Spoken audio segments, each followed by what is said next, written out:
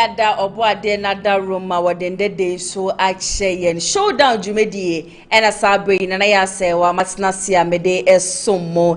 The Ecoso Ewo or my Ghana Mabuabua Nina no in Cheche Mubiaro Bibiara here Biano and Nede no ye barber to Cheho and Comomesha say when you subscribe ya not was subscribe Eddie Mayan Mamo Shayen with Thick TV and friends of Ken TV Nikumase online TV Nano and the Yatsna Sinkwa de na Muniti say oh my Ghana hon send and they ye ba be sini pain ya when the pain ye we ani ya hatani pain we san say and yama de ebi kosu ye papa ndo be pie mo my Ghana trending #1 chairman Wontumi the ye be ransem mu sa so na interviews a hold right sa kosu nyina no ye be pensem mu na mu nyina no metumi enyamu entiase mo amani tiase showdown jumedie de abrani abrebia ye no mo a na di juma nti no comment section ase no ye bia tum e dia mo obi biara ye tuja e wo studio hanum say no na wonso wo de wajenche so e fa comment section ase e de amaye wunya subscribe so a na wa subscribe to the channel e de amaye na wa share video na ma wonu bi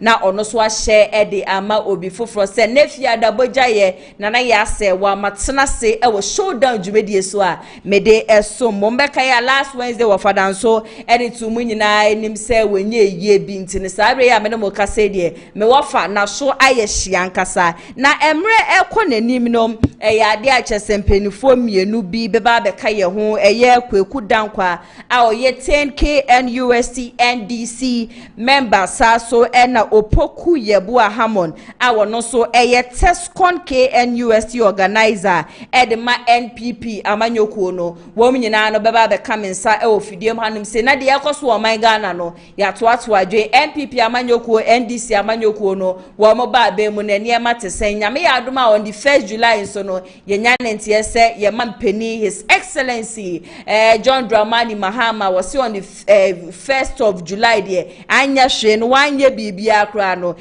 Republic holiday sada no na all lunch ni 24-hour economy ye be pense mu wo honom ne ya hwe se 24-hour economy ni kra no ade a ebetimi aboa yen anase yen tungu baby na yen focus hwe ne ma papa ebetimi aboa sa so na mre ko nanim no hana ATP the newspaper review no ebesom yen krata jesende de na babonte no wo be pense mu ne ye nyina so no ya so etumi ate be mense amombre no ma medikan ma hana akwa bashonko emfambra fidiem hanim se na jese ja no enhyase ankasa ATP ana ya sewa ni bia boko de yesu adome ho ye nanso oba de na daro ma menso me ho ye ekunye de mitiremu ana jese wo fada nso de bibia be pem no ai eja wo se ne ma menua firi mu ntino one ne abusua pani eti abusua pani wo kwa ye no oboka na obete na debio na ATP wo fambom so de ni hu yenu wo fa ne nam ha ne wo fa dan so ne nam na de nam he nyina se wo ye busua pani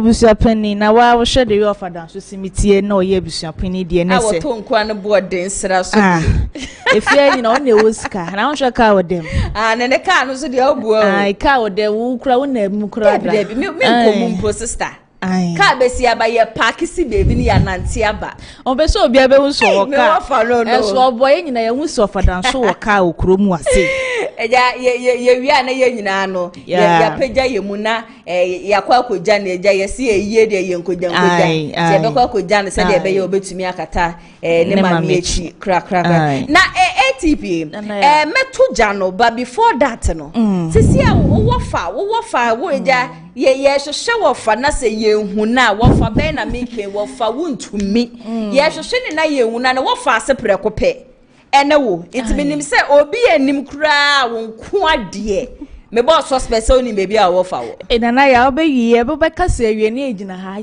ejina me pono ano ne ye bom ze me bese wo fa ne chema Wontumi me wo fa no de ba baby a wo pa de na me kasa me ni baby a me wo fa wo pa na me boa ebusua no nim baby a chema Wontumi debi na me nim baby a me wo fa na wo nkwohwehwe wo wo fa so akira kwai wo fa ye so won krama ntemu ntino nyankopɔ bo na se me wi a se metu o se mememo kwa hwehwe no ko hwe ne kira kwan ko so me ra ho papa me ame ofa ye ba ko fe wofa no the only general who am I and then what na me ame wofa na metike mu ame ba na abroba bi ame ame hwe ni mfi obenya be 60 65 to 70 was na chama Wontumi onya asantini o so ye fully ni Asami na ATP wako king. I was 2024 election. Any ete se chema Wontumi nya asantini. Ya tete won fra memu ba who am I dear? Ene obi otike mu nyina no mo so ampa wo se me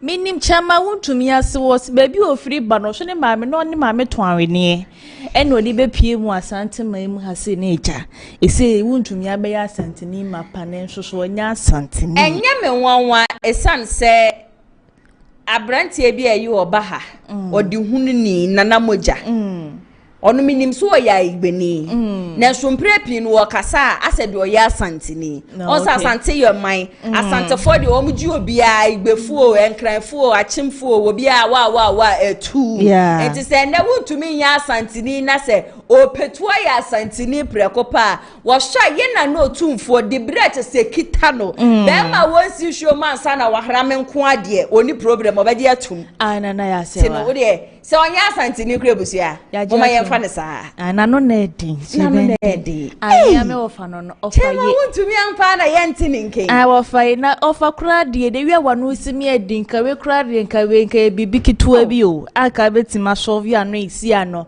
wama obi aye busasa no ebusia eye hana ATP eja chema Wontumi ne wo fase yankasa nye nchenyo we nye chichirichi we de obeyankasa ereja oso woni bebi an wo fa wontem say ye sole dwumedi esu a I just say me twa flight mano last flight dey da okopie mu EOCO obekwa akopie mu onum no behu se ne wo fa ena sabe de ne ho aka edwemu ebusua me se mombre mama yenhyase na yentuja se de yedi kankan ye no bepie mu o my Ghana de number 1 trending eye chema Wontumi ene na watwe pepepe ena wo fadan so etena kunwa kase yi mu ena ode sum yetiefo ene ahwefo nyina se enkrofo bi abo acheche ma Wontumi woni fie na okopie mu wono honom no obefre eye movement TV ebeti ni shio John Dramani Mahama ade menye Ghana ni bioma na bone ben na maye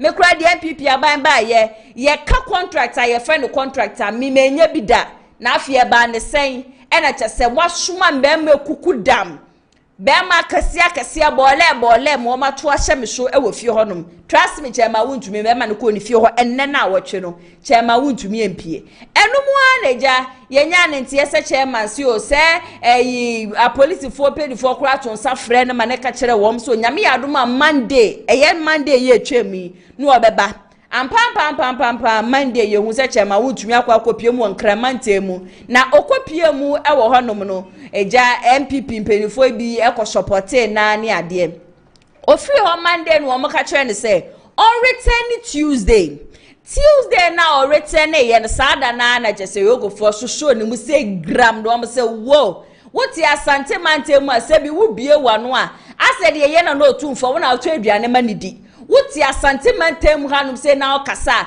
asede asante fo nyine sikafo no wo nchen na du anopa bi a wo mo ba no ma ba beje chop money ne de ya grabe o na so far sabre ya mene mo kasa de as to charges ayede abo chema Wontumi it is not known but there ya tete won from memu ene sem chema Wontumi jeje contract bi asa contract no wo ye se de di kan obedue buro na ka Ghana fo ye nkokro buro mfiri obi memu mbepie mu o man Ghana se buro na kwahye market de atoshu mienu yesi galamse ene de akura mete yesi yatumi ko akonta mine ne yekwa sizi eye 93 excavators asa ni nyina excavators ni nyina no eye chema Wontumi de ene asasi yesi se wo funtuma ne se wo funtum ena de atoshu miensa yesi akwan ahodro chema Wontumi ebra na NPP amanyokuo no wosho wo mo de sa contract no ehye ne nsa se wonya akwan sa akwan ni nyina ne besi na me ne mo ekase chema Wontumi enyan ye mu bia that is there yatete won frame mu but se me tie pa se me ka se bia EOCO de bia statement bia ba abonti so se when wo mu gina de acheche ma Wontumi de na meboa but de yatete won frame mu no ena mebo ho ama na ma mu nyina no maso atumi atibi na enrada ena mi hu se NPP amanyoko ni mpenifo ni bi ene parliamentarians a wo free minority caucus no wo nyina no chesend de we are the new patriotic party bushia wo ndwumi anya asem ketwa se wo him wo pa na de God bless our homeland Ghana de se wo toa ne se wo toa den ya wo kɔ no makwa support wo mankasa wo nua be ma chema Wontumi esan se nka ye nim se say they are not supposed to detain you for 48 hours. But Saturday, I mean, the chairman Wontumi we twem 48 hours.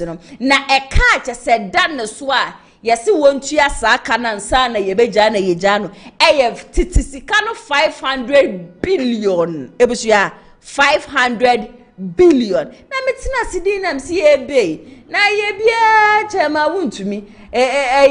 Ahemfo a wo metwa ye hwehia akra no we kidnap bi kra na se we kodi bani bi e chen so kra sai inga 500 billion de ebusia anke wo mo beje but all same no yes asika no ye gi free wo no me no ne kire se daachi bi no se ye nwie court process na se wudwane a sasika no ena wo mo de betete kaso now ye rem say me hu a lot of people are Womo bashi ebi kasa ebi yedede ebi po na Kennedy Agyapong ni mu bi ni ade nam se on Tuesday ena me hu se Kennedy Agyapong wakwa akopie mu ewo EOCO hono ma ni nyina no okwa support chairman Wontumi nti bone ben pa na se den pa na beka Kennedy Agyapong se mensan ko hono se me ko support mi nua be ma na mensan wo no hu ewo echi ana do we see Kennedy Agyapong se obi ase bi ni tirimu osum sa se bi na adwe mu enye adwuma sa se bi ma menka ne sa because of the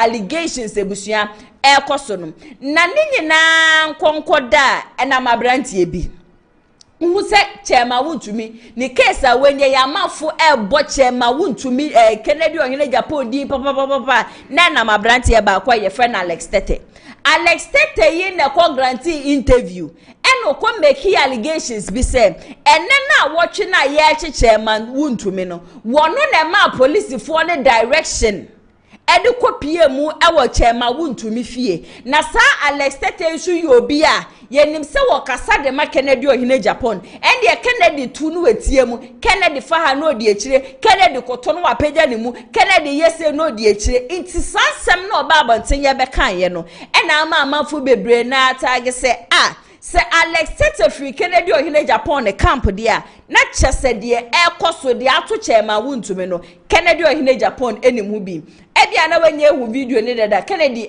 condemn that act say de Alex Tete kan ye no onim ho hwe eno no ankasa mu kura no wo fa ne telephone efre Alex Tete ne ka kire ne se baby a NPP amanyoko ne yedu sabre no enye fiansa no obi aye me bone na obeba abonte beba beka na me na me koma direction ni ade together we stand divided we fall se party a yejinjam yakọ election ya reporto se yentumi anka yentuma mo ano na yankokoden na yanka ye nyina yanka ye ho ambom na yanji nkuni ma fama party na ube destroy party no ube do one dance yes for some time now there Kennedy Agyapong say wo preach peace ni say wo preach peace on the say and the man of peace Mpento kwa mpeka sampe wetimi wakami baby obefa bia no de waka nyina ne se ope asumdwe enti se Kennedy Agyapong preach peace se Kennedy Agyapong so ope asumdwe na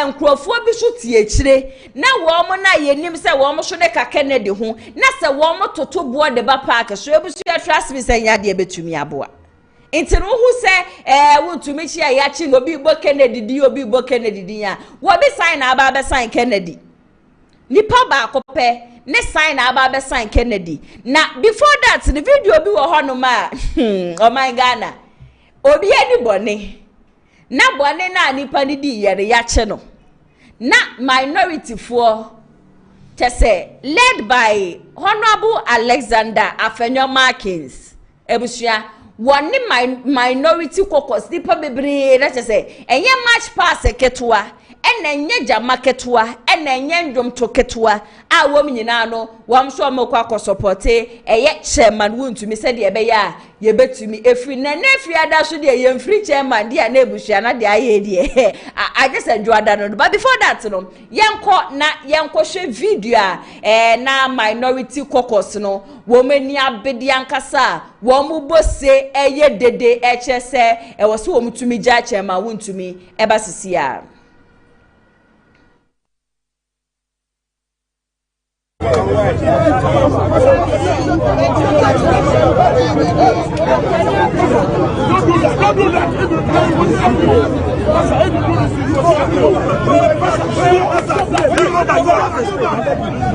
Go back. That's right.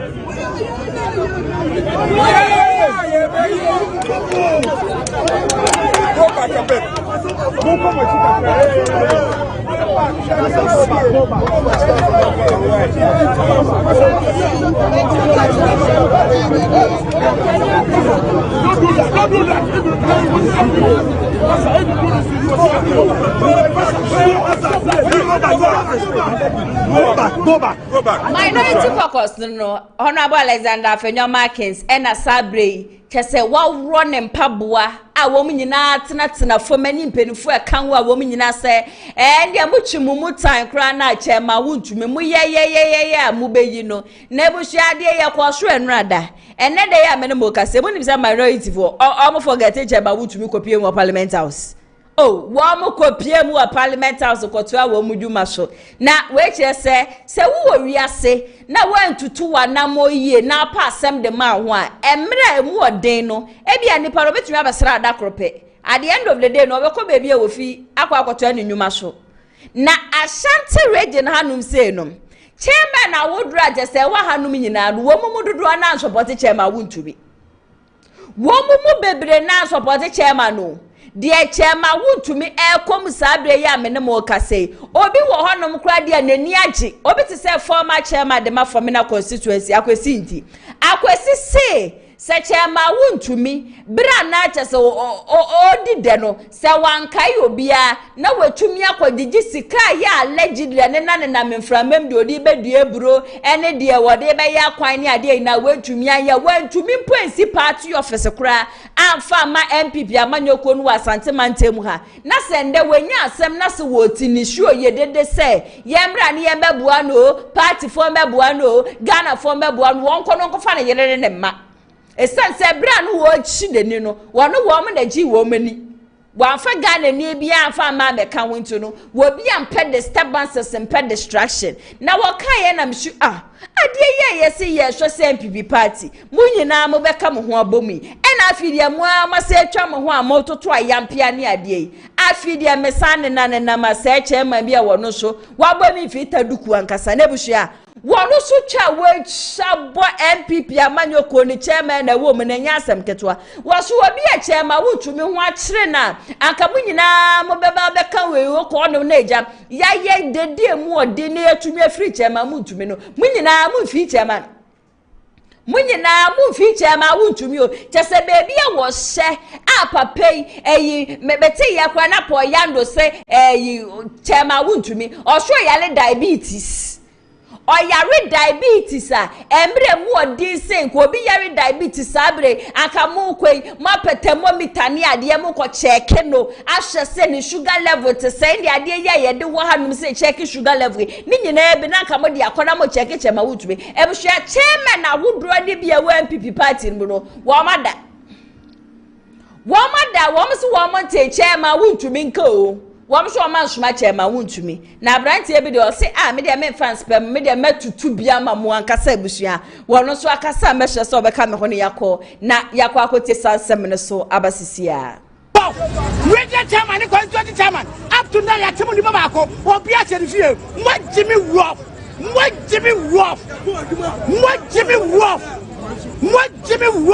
mo nim nyansa na onim se ka o yankwa na aka ho mo na mo de se ye ja chairman wi a ase ye tim mu bia mo be dem awrote mo si mo Jimmy mo nsu nyansa mo tete obi atete ho PP office regional chairman bi o te obi amomo no o so ma Jimmy Jimmy fo Kachiramu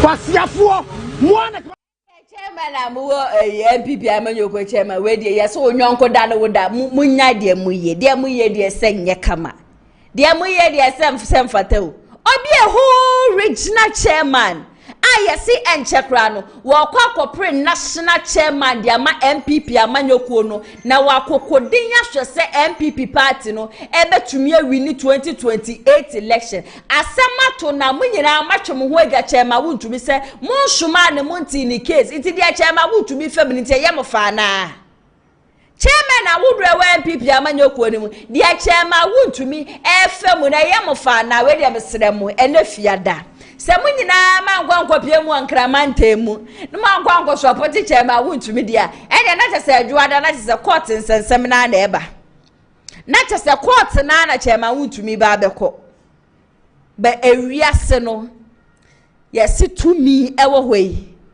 ade yie ene se ade chairman Wontumi ensema papa we yakapa ne chese se de wesifo peja na beti wo krom ha 2023 ebra na mafo baba press won be ye MPs wo hu yesi chairman Wontumi onu no tumi ko na nado danko akufu ado honum no appoint se we emra we manema we emra we manema na so eze ndede ne ho aka edwemu ndede ne ho ka edwemu no amafu ye dede sra mafu se wo mo be support wo mo amafu ye dede o esre wo bia se wo bia mra no be support chairman Wontumi meti he de chairman Wontumi femina nyese bia ye me fa na se ye me do ba se wo mo hwe na se wo afuma mo fa ni ngira mra nanim onchen wo bia wo krom ha wo di sika no me na ya se wa meti he wa ma me bi se ne ho so dia me dia meka che wo so mu nya na manenko ba se wo mo ye hwehwe mu ni wie na se chairman Wontumi wa fuma ende se 60 years na mo de be ma na mo fa ne mo fa ma no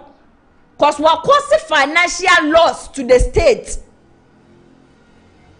na ye kasa ye dede NPP ba ye eno mo mbebo aye NPP ena me de menje contract ena me de menje contract se ni nyina contract hye woto se contract awodro awaje watumi agea de eburo de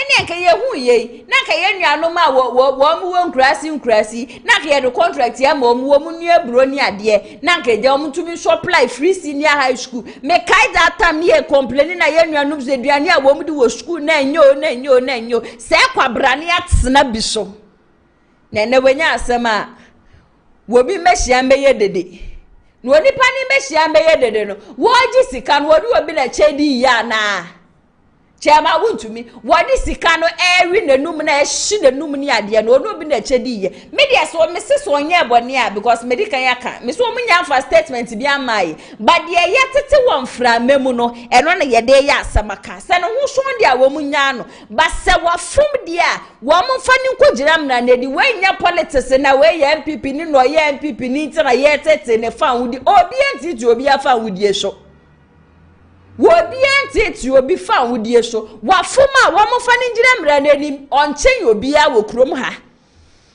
wonye be ma nchen obi a amafo ba no mabedi sika na ye bre na chese edu election day ya ye tumi ko sunlight 5 am ade ya ye de kokromati kwa akoto ba de ma obi maame ni obi papa na wo ba beji onu nkwa ni nebusua ho debi ebusua wafoma the NPP amanyoko ewa mu cheche de shugo sit down wo mu kope baby ntina ba se onfum ye na se ne ho son na se boni bia eni ne ho de a o we de wo mu nja no ba se wafum de a se ne 30 years kura no mo de be ma na wo mu fa ni nkotum obi anye be ma nche obi a e wo krom ha ne lo ye ni akasa na ne lo ye ni no kasa ye no ene wiase na ye wo mu no wo hu.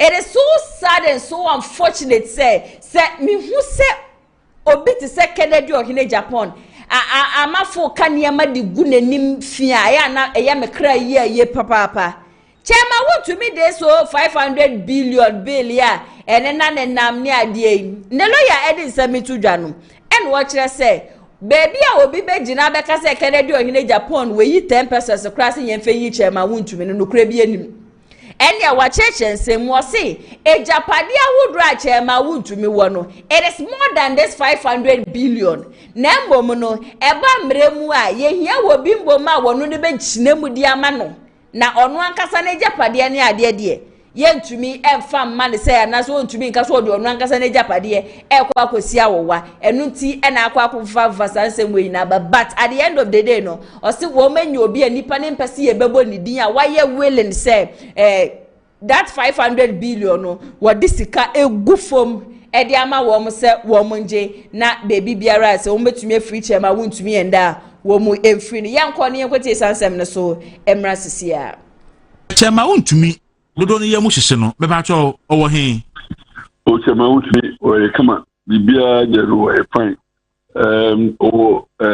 ya sabia sisia o se last week ni ya Chema Wontumi na ne no enti bra friend no se omra CID headquarters okaya na se omra Wednesday yes Wednesday na ne hu dodo na no hu ne doctor ni aditi ma me timi bo CID for na mani say Chema Wontumi ne hu dodo nti da no mo Kennedy enya dia obetimi aba enti ma yi tu mu se de ko Monday oba enyina no still no recover fully enti bra ko ba si wi Monday djuma no ya saachire no Monday djuma no na still ne hu ento ne yi enti na mai kachire EOCO for say still go undergo treatment enti ne de no eco hospital just autoasun after the interrogation eco hospital in fact no obai bukoba by my exercise be so hospital no to other so hospital and then me yapuma say we be na ne hu tolu so na I just say okay and ranajo yeti say osan dasbre osan efi CID efi hospital ho esan back to EOCO yeti say yamani bill of about 50 million Ghana cedis and all that but emu asem to say no crab bill de enye enura no de man na sanne de man enti bail condition na ye guso a ye pese ye satisfy na nyamin chade say menyanti yesa no pay dia kana ye document no to satisfy the justification mi sabekana no pay na makofile na chese the verification we are na chese process 90 in respect of the bail application. Okay. Now, I just say na obi can say to the bia for public education. You to say the bill 50 million at 2 biswa. Ya na bi no madwan am say this chairman Wontumi be 50 million Ghana cedis e ma bayansa ansa na amani bill. Pacho chechire mu e to say there be say can say the 50 million at 2 biswa. Obi beba be giremu ama obi de giremu say in the event say Ujani free law anymore, and I say, well, my court uni who 50 million a year with 3 well, be the mono, betia. And another, yes, I want to be said, Scanasi, Scanato. Now, just says you can't be honest, society. I can say, and what will be the mono? Me who would jump a dear. Ebema omwaje di se sika no bitimetua nti fasaji Japade no ebetai agina mu awudie n'aki na kobase nipa no udane na se ye be yu 50 million na wunya da fasaji Japade no aton di atika eni ti se kobase ebi ase mi krevi di besie bia no se yaje yu no more you afiasim property no document bia omo ede koye ade nyina edwade be mo sensu so se ebi asem no wi na se bia ono bo ne se ene wasotwe ni ebi eti skase na edo to PCC nyina mu no o sak be kan kata because we na de wodi kata no koya ne se wodi na wo chi amamu ayidu se mehwe se de bia no obeba court tama court hian na enti se oba court nu ya na evi case ni ma judgment da the judgment be fa bia no e basa wo di sa jemu no won so. Okay.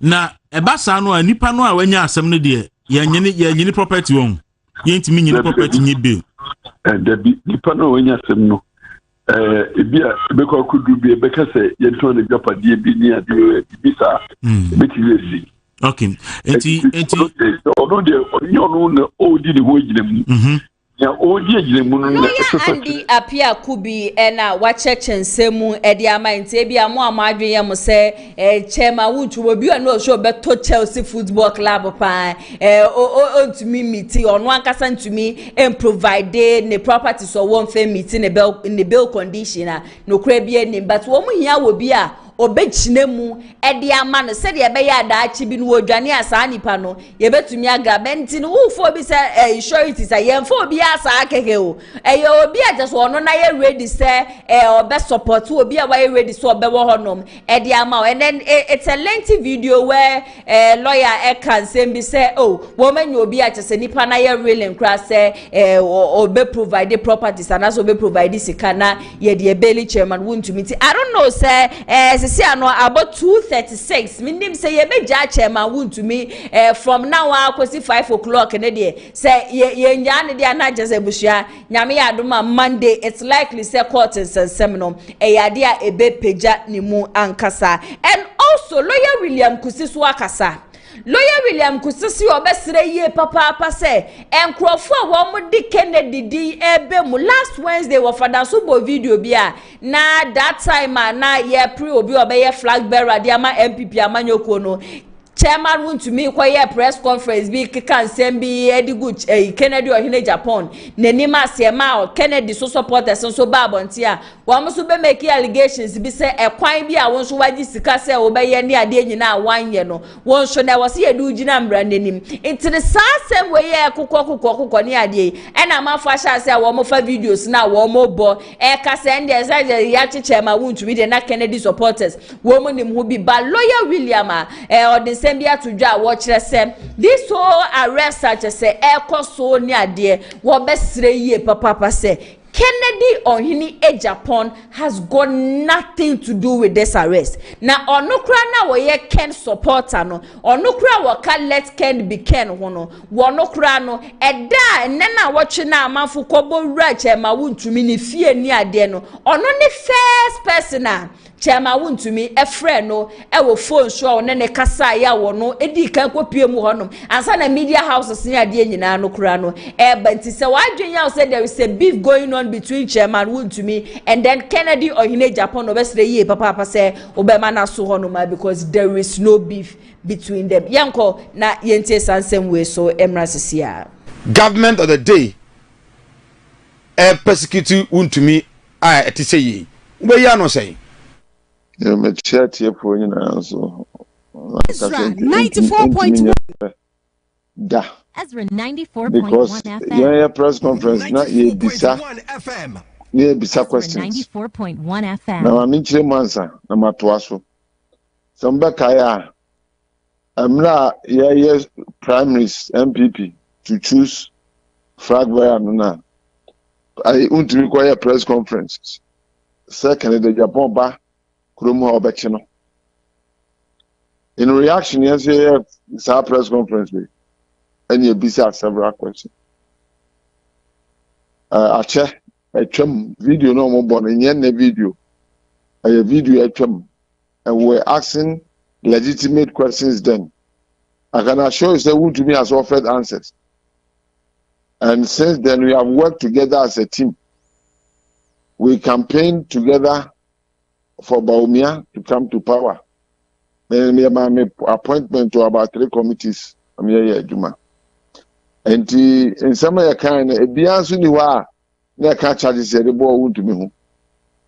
In some way, kind of videos, Utieni, well, a biennial, Mosiaso, road to be anywhere, let the boy on a charge. Wontumi has explained. So, no, contrast in our offering for direct from government. And they also use wire a bank and we are not behind his arrest. We don't know anything. In fact, most importantly, my name is Semai. One who me video na me call if you na. 94.1 FM I was the first, one of the first to be called by Wontumi when the police came to his house. And I was the first lawyer to be in the house. For your information, I negotiated for the police to leave, the national security to leave his house. Before all other people came and had press conferences there. Me, and I'm a corporate. And so, we have nothing against Wontumi. Persecution and NDC persecution. No. Yeah, call you now, search warrant, so I'm search Wontumi fee. Meanwhile, Monday or call charges a bono. A beer anyone merited search. Yes, so I illegal mining. And also go by them search illegal mining I wanted them. Yes, so I go to a forest reserve. I wanted them. And you can see a malicious persecution. And the cost. Now we in the Kennedy Agyapong camp uphold what is going on because we don't believe that when there's rule of law, people should take the law into their hands and abuse the right of people who have served the interests of Ghana. So Wontumi aye bonia, ye support to say ye prosecute, but not in this manner.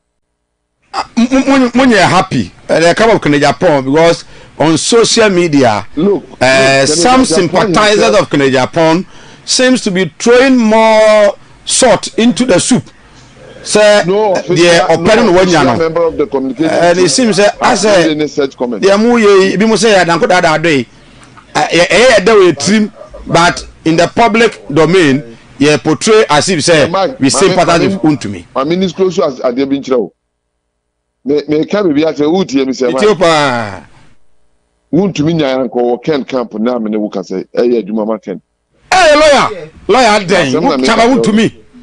Me na me ka through. And Chibo si akunya ya anka wajaba omi abedi Kennedy Agyapong chi. I make us say Wontumi say it was Kennedy who introduced him to the former president. Are you aware of that? And they've been friends. till during the time of the primaries. According to him, was say Kennedy the man called Bawumia camp. What is happening? And now subsequently Kennedy cast on also pay. No, Ezra, 94.1. And look, let us be careful. Wontumi, one Kennedy issue. He was just being boisterous. The pass attention by. They've been friends. And to send the outsider, if you saw more enemies. Kennedy issue by I say announced 180 million. Wontumi called me, said he's ready to help. And let us not take it the way a manner we are taking it as if they are enemies. They aren't. I just want to camp wrong camper. I can lead Kennedy campaign. Unfortunately, I couldn't wrong camp. So what me aba? Say they can say oh nya akra nko be ba no. Na mo nye no second there were a lot of people who could be Bawumia camper. And you must check camp back in the hall. So why not Wontumi? Because he was a Mamika Central. There were two people who held the campaign of Bawumia in Asante region. Strong men. One of them is with Kennedy now. 94.1. Oye Penyini at the right time. Look, we are not happy that they are persecuting Wontumi. Wontumi is a friend. Wontumi is a brother. Wontumi is a party person. And as far as we are concerned, we have a duty to defend all NPP people. We will not allow John Mama and his people to abuse the right of members of the NPP. That is the subject matter. Every mischief to suggest that Kent's camp is happy is not true. I know I can't call baby or call him. So because be a conditional to me, I'm ready to help you meet the condition. That is a patriot. That is one who can be president. And so we are focused. Let Ken be Ken. Be connected. We now get connected to Ken so that we can choose a leader who help Ghana. That is the most important thing. Kennedy Agyapong's camp is not happy. We have shown brotherliness. We were there when the police surrendered this house. We were there in Accra, and we will be there till Wontumi attains freedom from the oppressor. So you are saying, sir, my press conference I'm here now mo busa questions a kwan ahodo man so ne ade onye no monya response why nobody response nobody can problem be you Wontumi is not guilty on all the charges and other questions and amubusa no. There were questions, there weren't charges. There were questions. He has cleared himself. And so he's a chairman. And we are connected to Kennedy Agyapong. Lawyer no pay. Yenase Ezra das. But William Kusi and Yakwakotie Nsem Aban Wutie Sema Wadi Etudwa was see Kennedy Ohini Agyapong and Chairman Wontumi issue bia ni womuntem inti nkrofo amone nam na mo point fingers at Kennedy Ohini Agyapong na dabi hu interview bia bronye DC ya wo kasa jese Nsema wo kanyina no chese Chairman Kennedy Ohini Agyapong and nam no so ye Chairman Wontumi wetie free lawyer William ho say Kennedy Ohini Agyapong has no beef with Chairman Wontumi. They are very close. Or say Ebra na chese anasarme ya case ne kura ba ya na manfo kana obetua $80 million ne ade no. Chairman Wontumi was willing to support Kennedy Ohini Agyapong, same as Kennedy Ohini Agyapong and Chairman Wontumi ne ho aka edwemu. Chairman Kennedy Ohini Agyapong is still ready to support Chairman Wontumi. Inti sa niema ne na memfra memu na maf. Oh, come on. Let Kennedy Ohini Agyapong be Kennedy Ohini Agyapong for Christ's sake. Yeti hanom se na yebo amafo abasho, amafo president awomu obi memu. Yebo wo mo abasho na sube pie mo yeye mamu a. Twedi ampo nyankopon we yi save ye ntese se de amaye. Yeti honom na ye tutu ayampia de ma no. Obeti obi na Kennedy oka na NPP asai na Kennedy na egu NPP Kennedy why na egu NPP mu agasa mu nim nipa wo egu NPP e ma mo fe me she Kennedy Ohini Agyapong bone be na waye ne bɔne a waya ne so ɔba so ɔba beje o man Ghana de esi hɔ no se yempa de pa na yebeye hwe han se Kennedy nko na se ndie NPP party manya ne ntete ye wo mframa mu se wo mo bewu abofra foforo na sa abofra foforo no mo beworo ebe ba be sevi Ghana busua na etoje yen ankasa me wo video bi a ohu me body amamo endisi amanyoko ni ye adwuma na for some time now no mo chance say wo mo pempam amanfo a wo mo ton ade wo kwan ho ne ade ba before ansa na mebo video ne dia amam na busia mame ma ATP akwa aba na eja onfa newspapers no emfa nsom ye ATP nana ya sewa ni sem de ya tibi o ya hwu you be any day oh my Ghana no say we ka say want ya sen foforo anesi nyina Burkina Faso asisi e hwa yefe wona ne nyina akwa akogo enti na enye wanwa de bia da ne sen foforo ne besi chama Wontumi de ya be ebetwam ama foforo so aba enye hwe Ghana so a me woni say politics de tie bia no say 4 years say NPP amanuko no eba abema the same thing on be de tie NDC amanuko no nana normal yemfa ne sawe su bi anim na awerebo bi anim enti normal ene fa yera enkrata ni mu okay. And I'm a for the Ghanaian publisher and from my Tiffany and Chef Adani Daniel no Moje Breno Mutie Kumasi Online TV, Tik TV, Friends of King TV. Nena be PMO ewa the Ghanaian publisher nese eye Ibrahim Mahama ye man penny JDM ni unia bema ni foni edasia washe klatafe toso miensa. Nese wane eye Bryce Simon Simon ntokwe bi ekoso omontem enye fediagro. Ena mensema ye Ibrahim Mahama se waka fa no home and sembia nensen fata waka fa no ntino wode na kwa kopiem okota wasi no 10 million Ghana cedis a enche bia no ye brother yi be kwa kopiem okọ na se sika no wakwa akotwia ede ama Ibrahim Mahama na mafo bebre na ka se ye hwe sika bebre ba Ibrahim Mahama we de se sika de woje ede ayedai ebi mo so wode be call for na chu obi gina ye Ghana ha sei ye de be tofo me afa sansem ni bia no ye de ebaba be somo wode Ghanaian publisher na mu klatafa toso miensa na se abugina poni foni ene da sei ye beka ya eye Wednesday no me de be somo klata ne baako ano mu kaso kopiem Washington na se ye embassy won mesi ya tutu ni nyina emu we ma ya minority no mu bufu papa ye nenye fidi agro ma eye ablokwa ebeka kire se eye no ye Thursday no be hwe se ye bebie ni nyina eda to we na ma minority na afense abugina po obabetu to be left and right ankasa ede amana ye ablokwa sa de we ye nyina no he masa eni kwanse na nko ye sa na so ablokwa me ya tiesese na kopiem won ma de na IT foni bi eye na eni enyan pa ye na scam ahodo bebrebe a na ekoso wo honom no na eni enyan nti na ejina so ema ye tu eye embassy nim nti na onya the new publisher klatafa toso miensa obenya bi no wakenkan ni nyina enso so ewo honom ewo the new publisher na mo eba amane se eye miame wo fa ye chama Wontumi ofaye na se ye EOCO fo akwache no ene man nrada minority ese pani a woda no ya afno marking elidu obunyina de kopie mu wo honom asese protest kese no mo ye no wo honom na enye fedi agro ene omunyina atete fo mo ese o masam mo na sese ne se mo enja miame wofa ye dia ye chama Wontumi dia na omo nkwa nkoda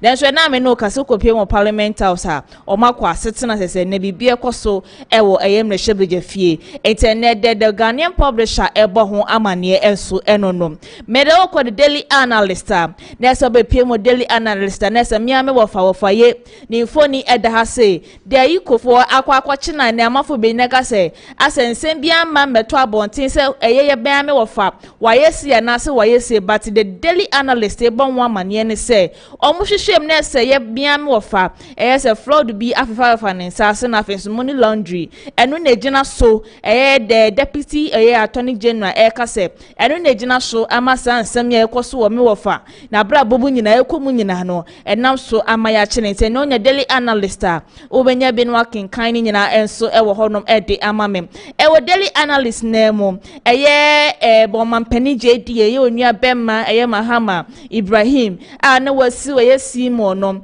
eno no so se waye ready papa se waye clado se wone ne bekwa akwa koshia wo ye court dem onom enti so so wasiu dan waye ready waye clado so one no e de be face one kasa e wo my Ghana mu enti Bright Simon enso so ne nsema se what to be left and right ankasa e de emane e Ibrahim Mahama na obapie mu wase ase ne se man pani JDM ni foni e ne da ha se kama na se eye alawa ne na obeti ese alawa na bo ne se sukufu obani age no se alawa won sensema ne mo kasa oba obetwem no so won nya de obeba betwem na Nyankopon bo a eye next year January e na obehya ase achi asa alawa ni nyina e de ama eye sukufu ni nyina ntin mo amo twense mo pala wada koto books no wo mprempren mu no mo ntumu nyana mo kope be foforo nkope sika esi e man pani ama yate asese Nyankopon bo next year from January e na obehya ase e di achia eye alawa bia e wo ho no mo bia na obepie mu e wa ase ne se minority for na titi hoyi enra ye chi ye miame wo fa ye chama Wontumi no mo suko pie mu no mo se se mo enjai chama Wontumi pa ma ye dia e na nya de be kofia be akwakoda e na ho no ma ye be ye ho ni edwale ni esiesi ye ho wo ho ye be bo ye ho ne kedan kasa e wo na enra da ni party bebre na e kopie mu ho no ma na nya fedi akro e ye ka eti ha mo ni amafo bebre na ye won safi no markings e ka ho e ye Jerry a ono na ye weja bawe eye MP ono de wada amafo kura ko ono ma na se jama no mo hye no na ano odin ye papa enye fedi agreti enyina ye twen ento ankobo no na na se enyi ya miame wo fade ne se Nyankopon bo amande ye de me wo fa be kwa kopie mu e wo court na sia say no na Ibrahim Mahama se siwa se wo si Bright no defamation no defamation no se guso a se wo bo ho enkaye ensoso wo ha se na ewie ensoso daily analyst enso ebo ho amane ensoso mede okwa the daily guide na be pemo daily guide na se minority no ne se omotete form o masensa mo na mo fon ankasa na se me hu afi no markings infoni wo ha se sanso na me hu Jerry ensoso mfoni amafo bebre na ekobua no na se amafo bebre na ekọ honom no omodos ye papa ne daily guide ebo ho amane se omonye omadwen se omobaba be firi ho no omobaba be demonstration kase meti yakra na test conform wo ekenu asi bebre na so akọ honom se mokwa boa ama demonstration e ba be koso o man Ghana mu ase nyina ne se o man jamiame wo facha ma Wontumi dia na se de be koso o man Ghana mu ase no ehu ebeye hu papa eye na bakratafa etoso ensian so a nyesa police foa enfoni ene da ha se ye IGP ya boni din foforo ayese onu na ewo abe mu sese ye IGP yohonu ene sese no promote ya police for 9 ebia mo a police mo ane so muguso mo yo modjuma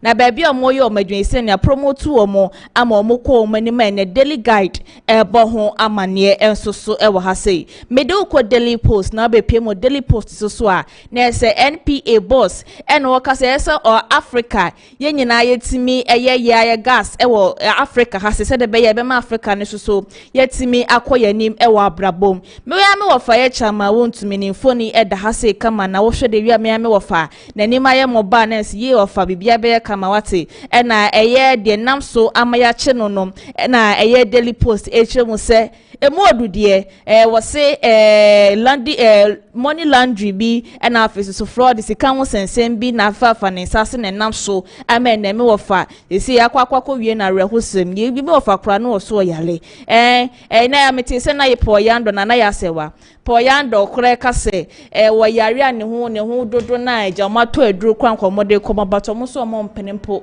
e ma ye mfa aduru ne mfa mamia me wofa wofa case mom the ATP hu kakra but I think say ye nyina no ye besua bibi de efiri mu they say to me nkita wa febo what you say but ye besere mpenifo na nkasa me kwa de meti ye mponi ye say baby a hospital kwa de na kotokura ye we dwane ensam ne de buruja poyando kro ya na beka say Wontumi yare diabetes Okay,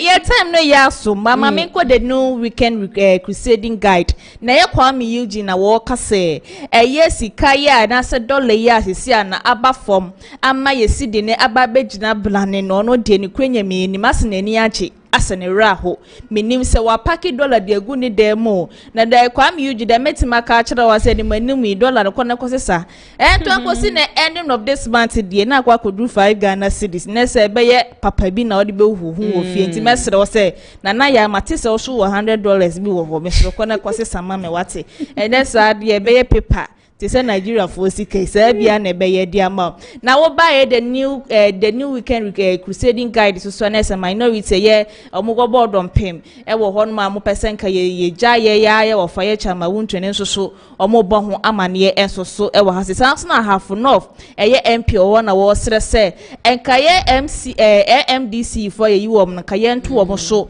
aba se de be ye bibia betima koyi kama enso so e de amaye ne the new crusading guidance so ebo ho amane enso so e wa hase na Ghana National Association of Small Scale Mining for so na kasa se mo de child bia na se mo de allegation bi to ye Godfred amaso na mahu se ni nyina no sa na enye sa ne tie ne the new crusading guide ebo ho amane enso so e wa hase ntima me for the new publisher fan solis na ye na fa de aka nyina e fa to aso e fa mayen obe PM the new publisher na se chama Wontumi NPP amanu konomani abre minority for na za 50 million idie si e kase ye ton we chama Wontumi na busu apani kura na menye show classes sika no ebetima age no e de afiri wo no ente no ba the new publisher e da hase ye sia no mo pesika 50 million e no mo dia beli ye chama Wontumi sanse na buju na pon so to be left and right ankasa e da mane e ya block a enam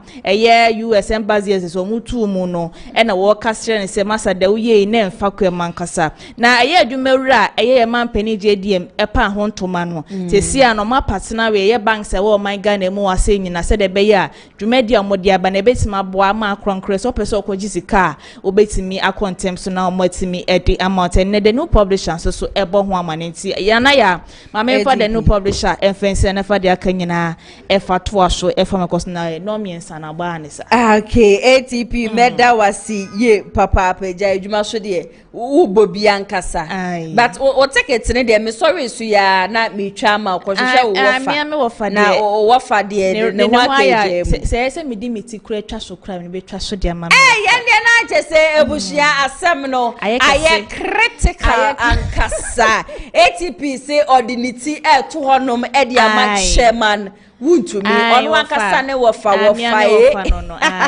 ami de meti to ono mo de man cause me wo fa ho aya mo bodo ne ho aya mo bodo ATP ma me da wase ye papa ewusia na jese ye toa ensem ne so de ekoso ewo oman Ghana na me ka kire mo se ya de a chese opoku ye bo aha mo no ye Tescon KNUST organizer NPP amanyoko ro be kamensa ewo hanum se sa so na kweku dankwa a wono so eye 10K NUST NDC wono so ebeba be kamensa ewo fidiem hanum se neja ya twetwe nkomo ede afa oman Ghana hom na me before ansa na hana ATP ede newspaper review no eba no me ka video bi nwasem e kire mo NDC abayoko ba ye ade ba ko a wo mo ye papa even in Ashanti region kra no e ade a chese KMFo wo mo de wo mo nan esifom aye bi pa ne se ye maame no ma wo mo tonton wade e wo kwan ho ne ade nyina no ene ye se ye saki obia e de free kwan no se de be ya movement on the roadside no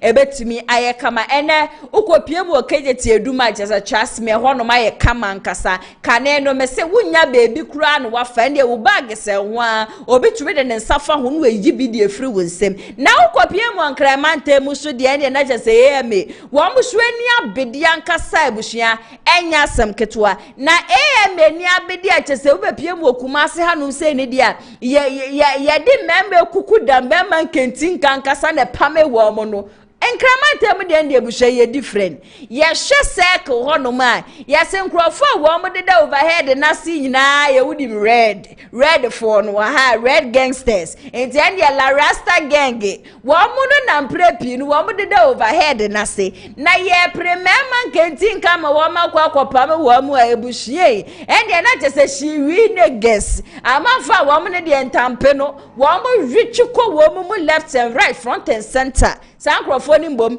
ene yeyi wo mu na ene yedi ye mentade ye de ahyehye wo mu a wo mu mbom ena epam ya manfo e de afiri horom na in fact eye nika John Dramani Mahama Wontumi nya de bushia na je se do so ankasa yenko na yenko hwe sa videos no emra sesia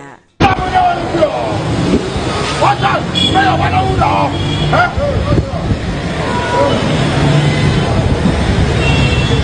Hey, come here. Mayor, what are you?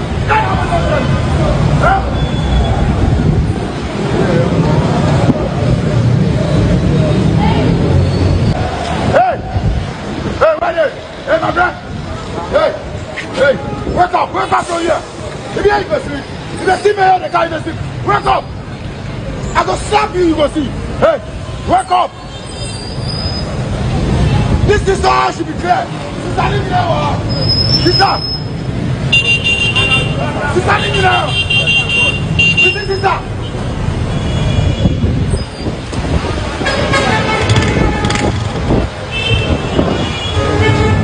That's fine. We did yeah.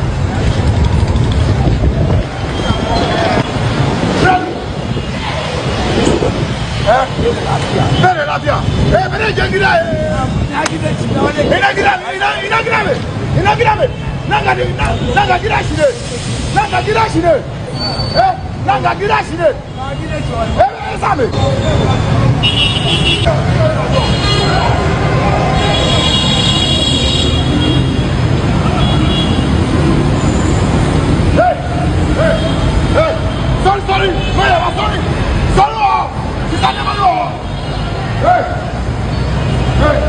Hey, wake up from here.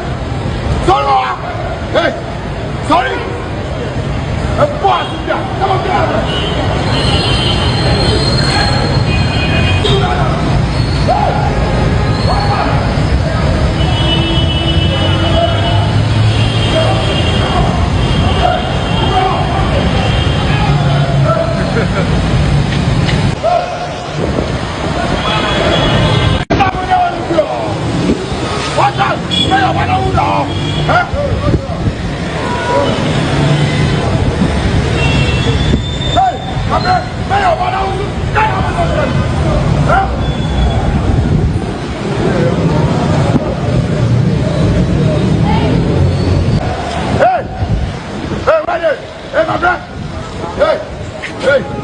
wake up from here.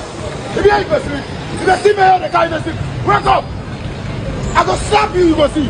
Hey, wake up. This is how I should be clear. Sister, leave me now.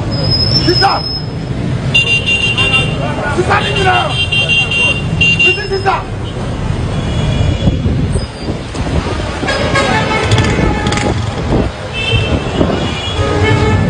That's fine. We did yeah.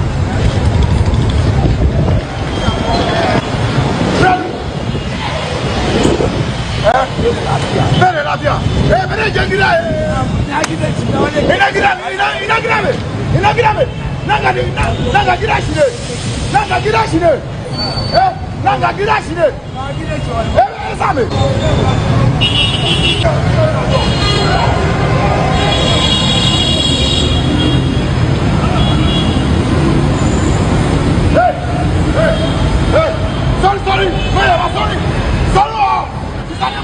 Emma GH brain eja wono ena ekotwaye ena me na ya se wasumi nye bia me de esomo e wo showdown jumedie so na mark credit na wie no in fact ya wampeni mamema wa basu ye papa wa kire se wo ye dwumewura mpa je se wo de wa ba mu de wo bia benya ne hye we sanka ya sofofo na nka eprichi wo hono man ka ye de ya nka sabre osofo na nka ye bepe ne so won kono nkopam wo mu ene ye nkremofo ya nka ene malam no bekwa akopam wo mu we de ye shiwi negasi wona wo mu cha red ball red cha red 7 no wo mo aso no wo mo de eneja wo makwa wo makwa pam wo nyina no e de efi ho no but frankly speaking media this whole exercise e koso na busua e manage e mahowawo and I would really applaud in penifo just say wo mo share enim say one na wo mo the street ne so one na wo mo tena street ne so ton ade ne ade ne ebetumi apo in as much as say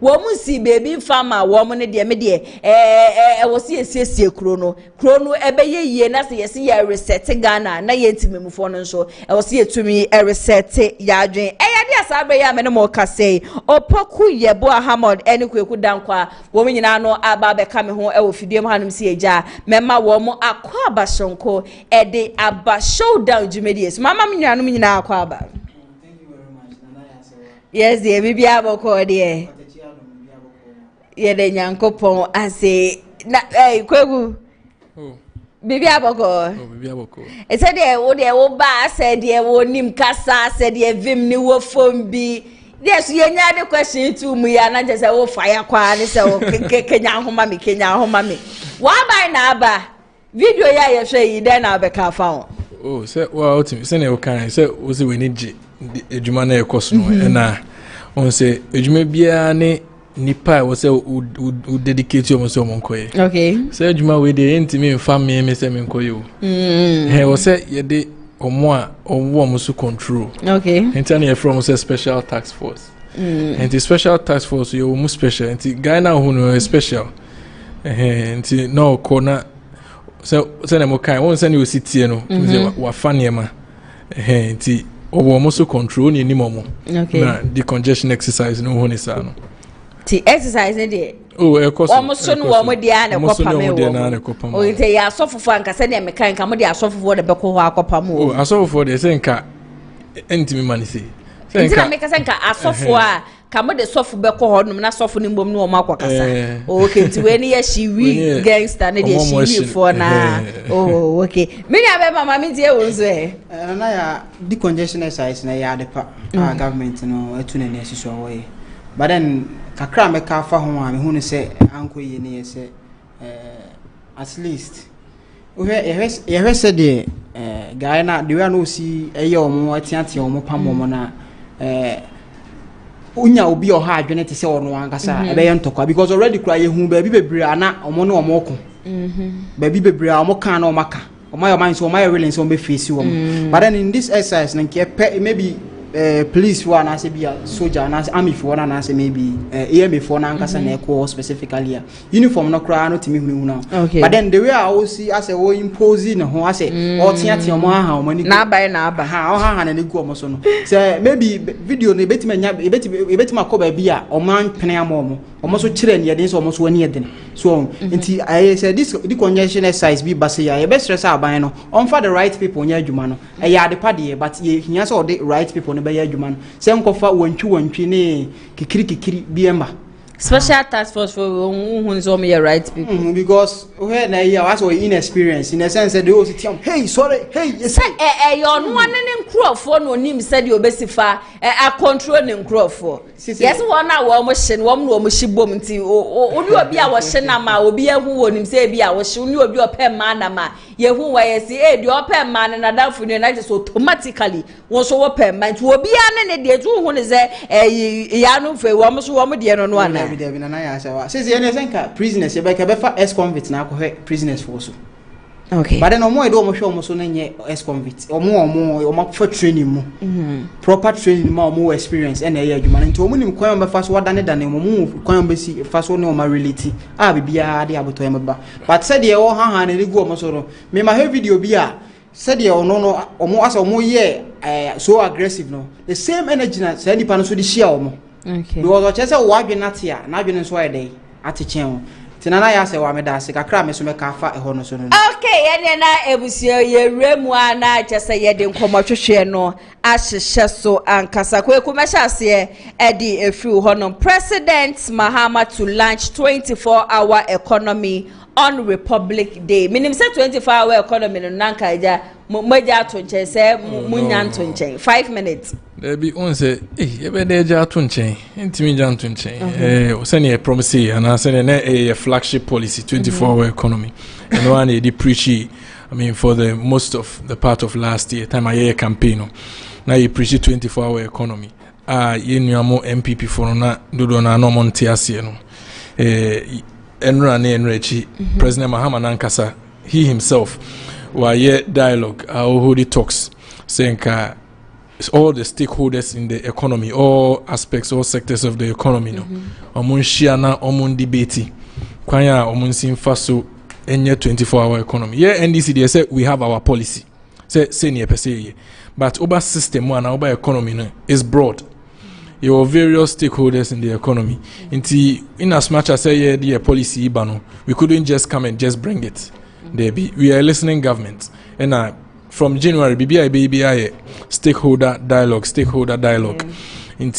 Tina Enra President Mahama ne stakeholders ne all the key CEOs and all the economy play a role in the economy. SMEs, private sectors, public, all the people who play a part in the economy. No, share any President Mahama bisa questions. Mahama so and the now dream by say this is what NDC government wants to bring. Almost bisa questions ma.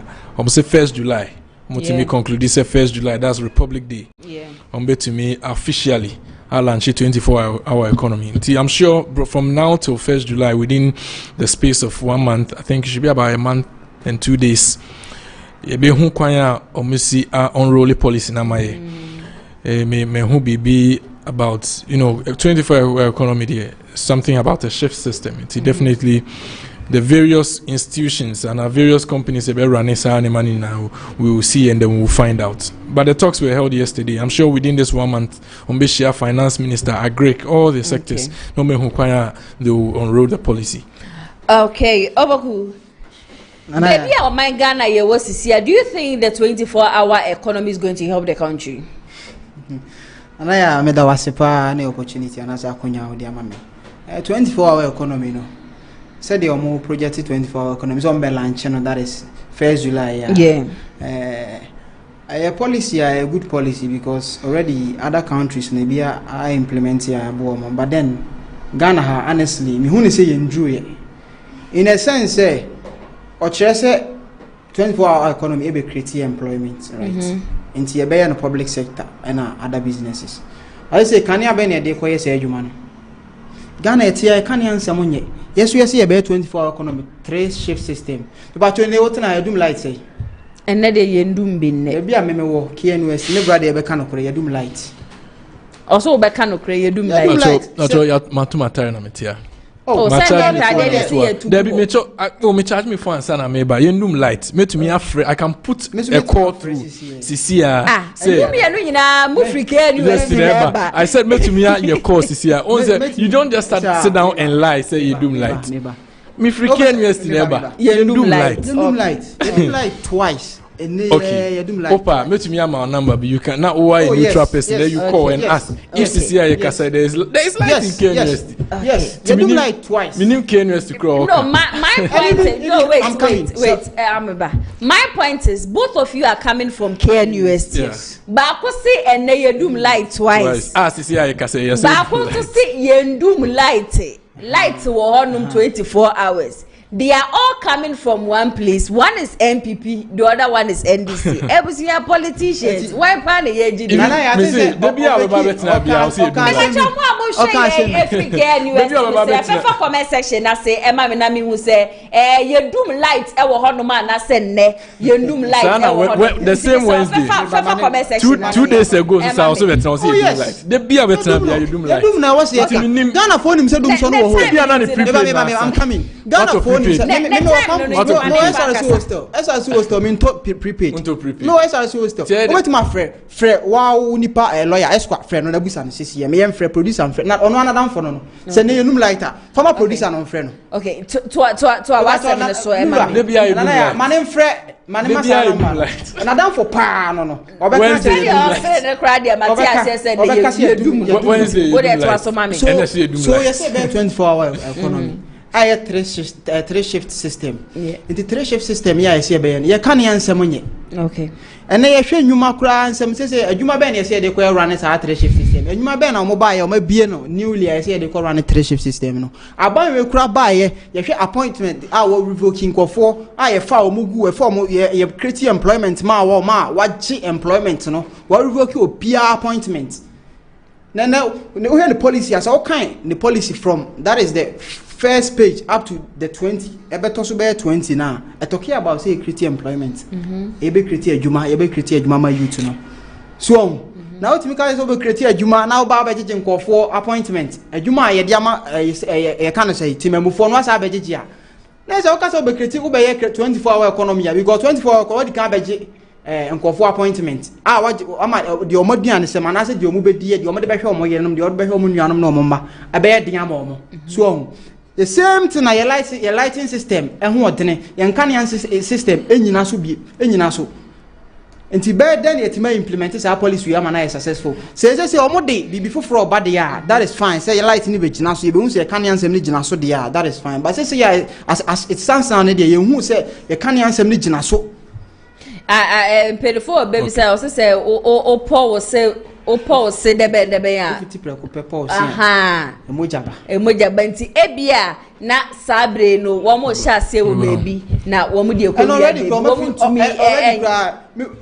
come physical employment and so I think that the ones available I think say before the election they say do nketia ka say we order for ni ade more light no edu enwumra ye be man nesi so de amamo te bia na wo mo ban no the light system no once me buy my account na me pese me enra okushia stakeholders questions now will be sano me sure say you are not the only person who has asked me buy my account, one person kasa, me person make it come, but you want me to do that, and I'll go that way for you. Enra, President Mama could share stakeholders in the economy. Or more, they play a key role. You know, the heads of certain, aspects of the economy. Are you ahead of any aspect of the economy? No. So far I'm not. Enra, Omuko share President Mahamano.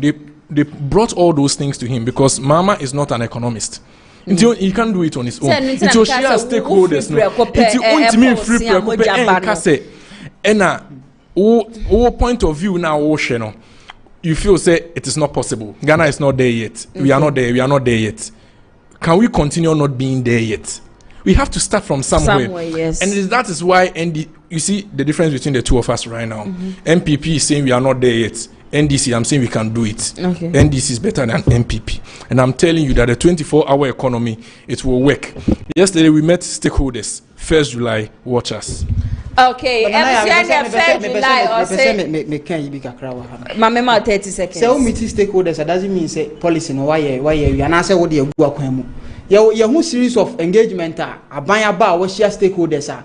And then the omobe kan kro amfanya adwuma ya mo bebre wo kroma eno ye MPP aba me make point or say omo kan omo ye initially before omo be ba power omo ka say ye buy ya be so budum so omo anka sa asem ne yemfa power ne ma omo even omo manifesto wo metima yi a kire wo se ye wo manifesto ma e see the national chairman and the council omo ba be so budum so because 2016 omo so budum so omo ye kan say omo manifesto 2024 manifesto omo de buy akire wo se see be a partner read it say NDC can say me sure say you can before you can say as soon as we come no so show it to me you can't show it to me. Don't interrupt me. Allow me to finish with my submission. I'm 30 seconds. 30 seconds. I don't know if me kire no so omo di kan so omo be so budum so omo ba yehudum so na ekoso chen tama na NPP wo wa ye ba de yema begugu akwama na dum so no aba fom so ohun enti the American say o ka say omo they are in the right position so omo ba be omo kan ya no omo be ye 24 economy omo kan no omo be no enye true okay because already yem fa astrotef mama ka so be ya astrotef okroma omo astrotef baby astrotef Ashanti region as even Ghana ko bo so ye astrotef o si astrotef ma ye omo kama mintie NPP be ye 150 astrotef our Ghana ha constituency bi wo akobantema ko ye kan say ofori krom somebody 8 years na ye omo ba be mu wo manya say me ba o say ye the 8 years already ankasa mahame ba ne 4 years no o ka say obeye ye hu bi Muga NPP amanyoko ka so mesi national cathedral. Yes, so say no omo enwie. E na mo jan man ho 58 million. Mama na I man ho down. Yes, true. But then the point do you know see akanko na me draw attention say omo nye say omo kan ya na omo ye say de onu no claim say omo kan ya no ma astroturf. Yes. You see a buy, you see astroturf. Oh, yes. When I will claim, you say, must see 150 astroturf. Of course, me name some astroturfs be a coso. I mean, I know in Fadama there's an astroturf, in Atonsu there's an astroturf. I think in Danceman there's an astroturf. Once I made no credit to be an credit. As to whether it's up to 150, I don't know. But then no no cannot be so 150 astroturf. 8 years. 5 months. Who say is saying? Mama number. Obian pese osi say you. 5 months. Mama number. I don't think say. Na me tell say. 5 months. What you couldn't do in 8 years, you expect us to do in 5 months. What shall say? 4 years be wa mama. On fan budget my. 4 years be wa mama papa. 4 years go long give you. Budget in my. I could read the budget. You read the budget. I reading the budget. And ya chill. Baby aska be EOCO. Inti sports ministry benya ni sika. As to how the sports ministry wants to do its demarcation, obey.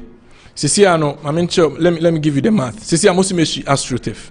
Why don't we put the money somewhere else in the sports ministry? Sisi ya kotu ya coachiska, namun tu ya coachiska. Otua do siki akonomi na. You didn't pay all of them. Ya kotu ya muka today we've paid them. So instead of mo astroturf na mo si yenkosi astroturf no. Must see 150. Okay, yeah, this can shape another aspect in the sports ministry. Perhaps invest in the Division 1 league. I'm showing you diverse ways in which the money can be used in the sports industry.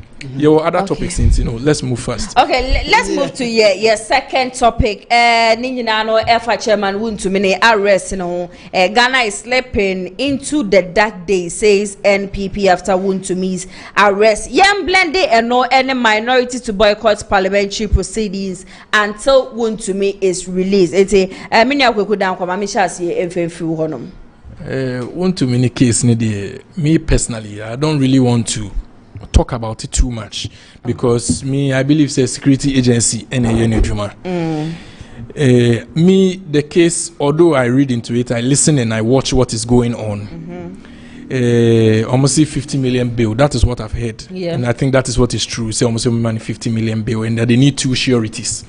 And I think this have to make kind CC. I say menya bako nipa bako, aka another person.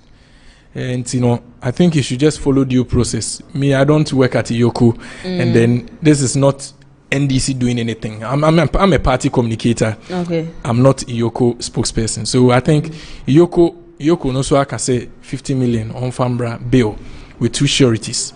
And I think that's just the due process for that. But don't you think the 50 million is too much? Is too much? Is it saying ne bonne no? We are saying Anna. I almost say it is fraud and other contracts, fraud and other things, and definitely something that is governmental contracts and I see kind of beson until an ABA, so 50 million so.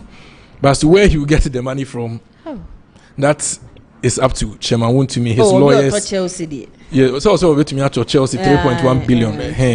I think Enrana may share video be also 100 houses. Or was any Chairman Wontumi to we know him to be somebody who talks and brags a lot. But when it comes to no one kasa into 2 sureties, and then the NPP party is big. He's also the NPP party is big. Chairman Wontumi too. He's a big political figure. He has friends. He has 2 sureties. Definitely, he will get it. Hopefully, and then maybe he'll be free. But I'm not in the best position to tell whether or how. Okay, so are the minority saying they are going to boycott parliamentary proceedings until say will be free Chairman Wontumi? Minority said yesterday that they are going to boycott parliamentary proceedings. Today in Parliament, they were there. Yes. So Chairman Wontumi has seen his friends now. Afenyo Markin was there. I think Anodon Pre, they were very loud. I think even Katie Hammond also came there. I mean, they showed some form of love. And then the MPs, Patricia PG and Kudwe, they will not be there today. But today, they were there. And then talking about some holidays, I don't know what holidays they were talking about. I mean, share that parliamentary proceeding, but I don't know. Afenyamakins erezi the whole concern about Chairman Wontumi issue. They say the rate at which our treating very bad. Erezi that concerned on floor of parliament. I don't know how they are treating him. Me Accra, say Accra, and I don't know what is going on inside. But security agencies have a way they do their things. I don't want to compare or relate, but I think Sami Jenfi has also been picked up. Like the way we are sitting here, Sami Jenfi and also Msano Debbie when we're in opposition. Okay. Yes. Okay. So and then I think one Dr. Opuni, I don't know, but I said I'm not in the best position. The law is the law. Say you can not just say the omdi NDC the biana. Me and I say I don't want to. Anytime me can say I don't want to relate. Okay. Me say I don't want to relate, but security agency there. Omo foul, no foul. However, they treat you. If there is legal backing, then just allow them. If there is no legal backing, NPP they have many lawyers. Yeah. About 50 of their MPs are lawyers. Lawyer Maurice Ampao. I mean, Victor Asefo is a lawyer. They have Godfred Dami. They have a host of MPs who are lawyers. So I think with that, they can also use the law to sue EOCO if they feel that it's not right. But in Parliament today, those who promised that they will not be there, they were there today.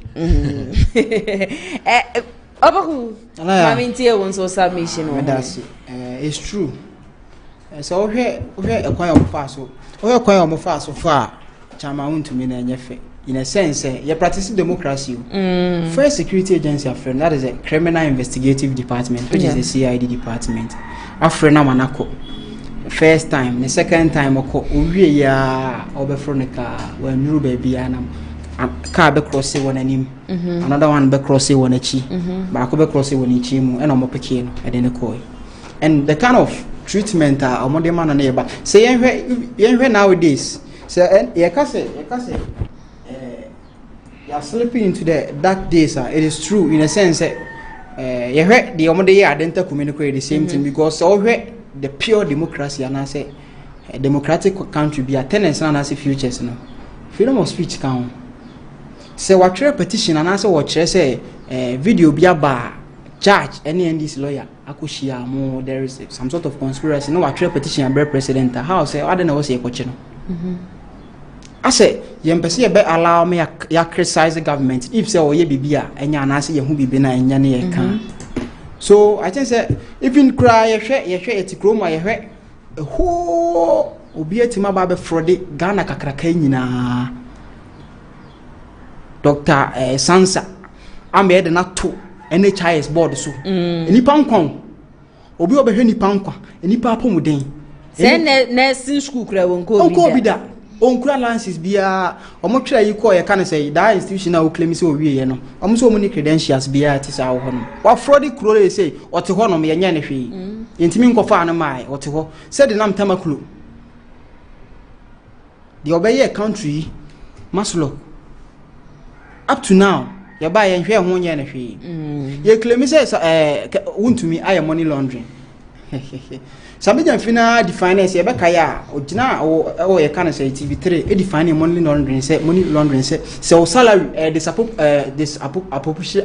sorry ene why you nkwa o salary a oje enkwa money laundering say ye up say bia ye hu ska bi wo hu sesiye na bia scan huge na saying there would a manta okay money laundering according to one. Okay. So you ko hu say ska you twiri the dollars e won care ma oyi bi ma agrada. Then tamu da state institution anu. Wa be ye we udi mpanyindi wa be da state institution anu. And it me friend you catch say chief of staff say wa twere. Oh baso mu twi. O dia. E wo ye twire ni ma no so ye friend no. Chief of staff a friend. I don't know chief of staff friend ye. You go friend. Sigani you can security you better friend. Oh no, because Sami Jenfi got a contract. Me Sami Jenfi hasn't taken any contract. Money laundering you can contract. Money laundering count. Says ya Sami Jenfi da contract so because of say Yaman appointment into or service state no or the contract so Yes, he's under contract. Right I'm coming. Okay. Let me finish with my submission. Ghana you go the sukra session. Say you go there na go the krana ebia o. Oton ye na bi odinya sa dollars na ye be de ye hu. So yeah. Eti twitwi die say da wa yim. Your friend o but your friend, men ka say your friends Wontumi na e bone because wa service state in da. And I say state contract be abedi ne hoda. So far as state contract abedi ne ho ne de e beti ma frɛ na question anytime. Yes. But na kwan na ye fa so e frɛ omo, ye fa so capture omo ano odene. Eno ne ye say asojafo ekɔ wo mu fie ni ade. So ano odene. Nti kakra be sere ne say ye pese ye ye democracy ne ye konkono. Okay. Ghana ya asomdwe man. Yeah. Since ya practice democracy for almost 32 years. Since I share Fourth Republic, yes, almost 32 years. You who BBC, and Yabesre said, you know, say judiciary, no, Yabesre pa Kakrami work out that aspect. Do you see it, say, NDC Amanyokwe, Wamo Tete citizens, and I say, Wamo Tina Manfufa with Yesuana? From especially, I'm talking about the people that NDC Amanyokwe by Wama Peki Wamo happen. Oh, yes. Currently, madam, you can be development on Macas or mobile and but at Atari or mobile ache. So, mobile, most someone into development, yeah, quite policies, moody go acquaint money, and most in che. But then more costs uncle for Tatango for a day. A normal. Me who saw more Tatango for to a month to a mobile cry or honum, that aspect, because AI too much. Too much. Okay, so the minority so womuka share omo share bo say womu nkopie mo parliament house ko si say ye be yi chairman Wontumi ahwende womu too much so ma no trouble no so then na be ka fa. Oh yeah, politics. And politics so far as ke politics any nipa ba ko na politics party e de nipa dom na ye. Enti si ye hwe na ye say oti wo ina bia onua bi ho aka atwa mo ankasa onua. Because politics say NPP party na ya busua o. Say umamema ne bia ba ko ho aka. Onya asema mu be kwa akodi nachi. Ono wo fa mu nyina betutu ntuma akwa akodi nachi akwa support ni nti sa na issue ne koyeye. Omo ntimi nyi Wontumi ma. Okay. Ti Wontumi mu omo di nachi. So, say na me brother ka say omo kan sa na omo akọ parliament maybe bibi na sinti na bi omo ntima ma because your constitution ya di mu ebu man. Omo ntimi mfo omo ankasa tumi enya di anaso omo ntimi mfo omo pe enya di omo pe. Say initial omo kan say ya na constitution ka so omonye ni say ya omo be also omo fa constitution so because we are living in a country where the constitution and a adwuma enye state of nature obi aye de ope and I say o so de ya na wo ye de ope. So but don't you think say Sanka Wontumi you obi a woman ni abede pa say ye pese ye free chairman Wontumi say ye ma don't you think Sanka so na wo monko? But your question is the question is don't you see said the nrada na woman ni abedi a chese ndia fanyo market wo chanti o so ye de yo wa cross ne na tubi yi di sure na bu ode pa di gu honum nyi na obi fa ba kwa nka wa boka ni nyi na echi e na ye nkọ parliament ko si so mu be yi chairman Wontumi na ade chi ye wo mo akọ Sanka chairman Wontumi yo obi a wo hu de sabrantie na ho so bani bi ene ne ho won ye bibia nka don't you think say kan nene ni sen wo mu se baka na nka so na nka wo mu they will go back to EOCO akwa support na na omo be ko parliament. The reason why I make say ya ka bi panyufo bu be se ajabi wu ajabi ti ase and o man ko Wontumi wa kire na ajabi ti ase ebe me ba ene se parliamentarians na ankon minority ankon party executives ko JFK eko Nana bi ko ho ene some key people bi e ko ho no omrodo yezin me so me my question is why do you open your mouth to say something you cannot do unim say untimi boycott here why do you open your mouth to say you can boycott sempo na nipa ba ku me ba so ma me make me submission wonya asem na nipa ba ku mienu e be pie mu wo ho no ma enkenya te say de wonya asem na nipa bebre eno no hu ne say wo dom etawachi ba wonya asem na so ka say nipa mienu miensa ba be pie mu ho no ma me kura na me re ba na me maram kakra enipa ko enra na nye minority nkwana say can say parliamentarians. I know say party officials yes, and I even come from members ekura ko support it. But the parliamentarians are the ones who said we are not going to the parliament. They are not parliamentarians of their word. You can say business or what's on in the parliament. It's business so why do you talk? Oh, You don't have an answer for it. I have an answer for it. Okay, answer. Answer. Now what you can say?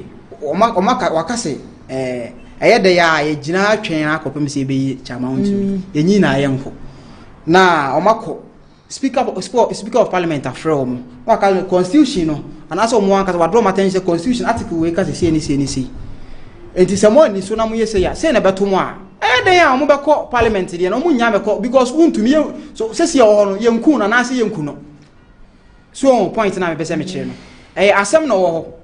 Okay. Yes. Until the person will tell us, no. Oma can nipa o can asema Wontumi retract statement. And even no retract the first one call doesn't mean someone supporting any BM. Party executives, some political bigwigs within the party, ako honum. It's not me boo baby say ejebi wu a ejebi. No, it's not about party. We've not talked about party executive. No, we said Afenyomakin and I think it was even another pre who made, they said they won't go. They said today was Friday, 30th May 2025. We are not going to Parliament. We are boycotting Parliament. And we are not going to Parliament. We'll come to EOCO and support Chairman Wontumi. Today, as earlier, I think, is it 9 a.m., they were in Parliament. The same people who said it. That is what we are talking about. As to whether your party executives went or not, that is not a question. That is not a question. And then you should baby say, Ejebi Tiasi. Just a Wontumi who are select leader. Then you are not using the correct change Beno. Doesn't mean say you woo. Not just the Wontumi interest they can carry out. Yes, I contest na minute. Okay. Change Beno. Sir, and one minority war. That is parliamentarians, NPP parliamentary. No more hono. Say no money hono. Party executives. Okay, but one thing I know is 2023 Ebracha say ato forcing ne won sense me ba ye ya wo mo grabini NDC MPs they boycotted parliament to go and then support. Oh, na say no mo boycotted parliament. Enra. And there was no setting. No, we are not. Tuesday. No, we are not talking about NRA. We are talking about NEC.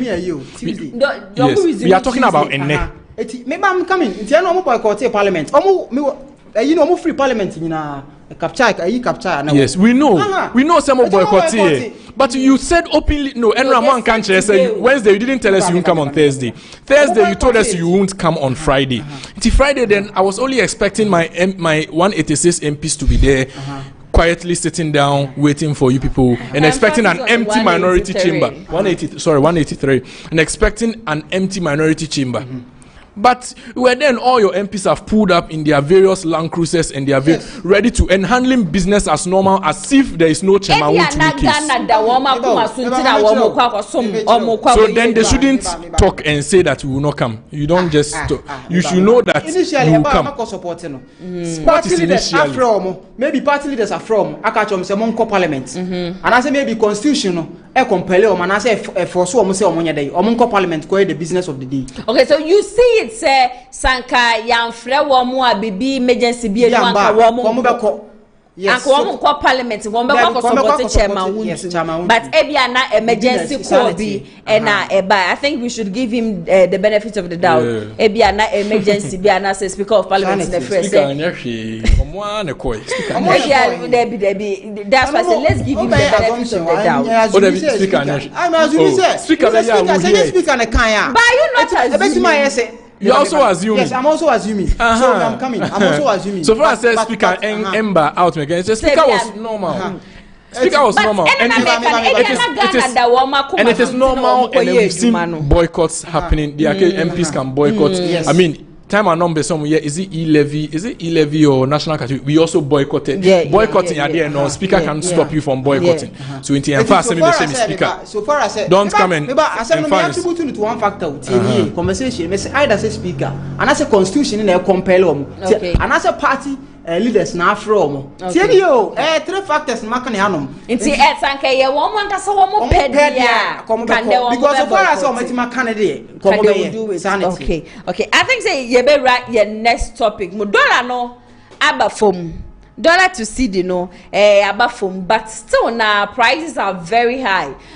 Man penny John Dramani Muhammad in Samato Abonte say wo koto ade wo baby na okona se nipa ne niema na oton no ne boode ya dollar na abafom nkwa ade o expect so obi abatete ne niema so wantete ne niema so afiri baby a woto ade no na ko baby foforo na koto ade ba ko aye hwe se eshu bete pa hwe ye cement sabe ya na woka say Savannah Regional Minister edge cement price reduction made city appreciation na just say wo mo hwe na wo mo tete cement so obaku mamintie we cement no mo ka say dollar na ba for me enti so no ubia bitima chena say okọ ne bia say cement no company we gasemfo ente so anipa no kotoba abedin so obede obeti so ana almost so omo ye plant na wo haya dodo na ye omadwuma no wo haya ti maybe cost no light a omode be ye ho adwuma maybe ya to ye him say utility bills atum light bills electricity bills so into due to that no ometima ka say enye dollar na generate so kan ya na mo but na omo kotua tariffs no so and due to that no company ne beka say or maintaining a bonus say either 120 and also 130 na no so when you mean ka say dollar cost rent was say yet cement na so nti ombeti ma attribute to that factor and say so far as say light ya to electricity tariffs on the 14% in the almost on so there me see canon nti sanate ye me beka o that aspect no hono no nti maybe president betima ye bibia fa ma bia cement factories no obetima en say o tariffs no maybe 14% na o to no enka o there that is fine because say oba o beja bibia justify o say enye dollar no no dollar nko na o teli all do o be kra na ma na bia free outside but enye dollar nko betima use tariffs no so there example I then I been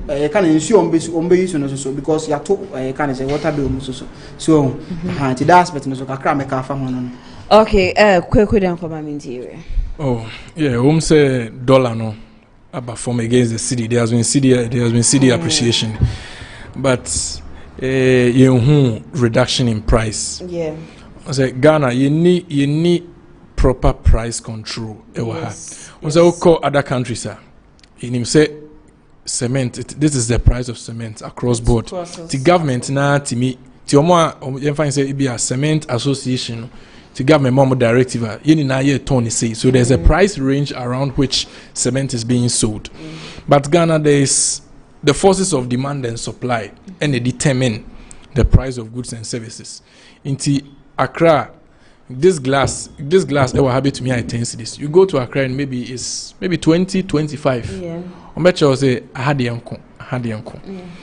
nti ena dollar no ko form money man from outside edeba no edeba be processing near the of the cement no no to match say the stock no sign match say current stock no sign nti ontimi en reduce and I also bet say other materials the price of the cost of other the cost ne near no they produce no enko form so no kind issue enko form but we are appealing to them say once certain factors of production price ne buffer no they should serve with integrity now almost so amount price ne ma from my because fuel has gone down, dollar has gone down. We are doing our best to stabilize the economy, debt exchange programs because we are doing our best. So they should also support us so that the consumers will feel it in their pockets. Yes, and I know say definitely when one company like say a economy, it is consumer preference. Into once maybe a gas and be reducing the I know to force other companies to also reduce. Be a gas and say jata cement at the EOCO former definitely be rashi akko jata in as so that he can protect his customers no also be so I mean it been starting reducing now it be soon reducing my but Ghana nkasa de basa na man say ye entitable so it's very bad because ye dem say yatefo also fiti stadium ha drivers say omonye fiti stadium kwa to so ye entefo also na ye 4 cities unim say yate fuel so fit stadium kwato so omoje 5 cedis. Now me say I think is it Monday or Tuesday now me who say is it driver be for so for lie or so to a certain we return because of 50 pesos abetos. Now me say drivers no they should serve with integrity. Yate so no omo anti say yate so they should do their best for us. You need proper price control no. The market is in their hands. The price is in their hands. The forces of demand and supply will determine the price. So they should do their best for us and then try to reduce it. Drivers need person be. Tiama obi aso person be. Once the transportation very key factor in production. Me from Monday ever be seen me kwane me be nyina yatumumpo. Ai me because can me fi hair kwa 4 cedis and almost 5 cedis. And I want to say that radical means of forcing them to reduce so just we have passed that stage. So we are appealing to them. Said they should reduce it. We have passed that stage and then so no say at the end of the day ye bebo aban nechi say but aban ne buy no wonye bia ba yenti memufo anankasa no ye ade up ya two soldiers for ni sugu market so we su beka say we mu su beka say ye tietia fa ho die so me mom dem nyaaya anka that Rollins factor in Ken Samra because it is so I can't say no for the Rollins factor and say democracy ya dey eye and we are advancing say this tell me say it is gradual, it's demand and supply. Once obi ye no obi so be oh yes it's I been am wo ye me ho say ohun kekaka o mo de pa mo akra nje wo ka se wo twam a untwam wa ban ye ntwam enka se wo twam ne bi na mo ye me ho a hey I'm talking about market. No, that is decongestion. Decongestion is different. We are talking about. Oh no, you talked about Rollins. The Rollins she was talking about. Not Rollins. I've heard say no mutimi ba market. Oyo omo hold oyo near. Yes. So we are talking about market. We are not talking about decongestion. Rollins relaxing. Rambo Star Rollins. No, that wasn't decongestion. That was market. That was market. And then we are talking economy. Let's talk economics. We are talking economy. We are not talking about decongestion. Abroad, I'm coming. Economy abroad. You can't link economy to maybe one factor. Let me 90 and use the statement of say I feel say Rollins factor no so betimi abo and say ye hwe said ye man pani or try the possible best say obema Ghana for be henhan wo mo ye see ya to fuel so mo ya dollar number fom mo amokofa ade e beton mo muchi kan ya ade ina no montete niema so and these people are rather increasing it. Fitimi hoba chrome ne kan ne na ka 4 cedis 80 pesos ene wo kokrom o se 5 cedis se ka ho ye din a obetumi aka cho se 7 cedis obefo afo wo mfo ajai and I say the market is in their hands and I say the market is in their hands ye den hye ne beto so nti se ye se ye reset Ghana then yenti memfo ne so na wo se ye tumi reset ya it depends on the and I say the market is in their hands. We are in a market-driven economy. The market is in their hands. Yeah, the soldiers ni bane ye be yo mokra na. No mo kasa obi akọ parking car ofia. No, even forget about the NPP. Drivers ni ko park yo mokra ofia. We'll have to walk. Yeah. Won't we have to walk? So should we leave? Not cement companies.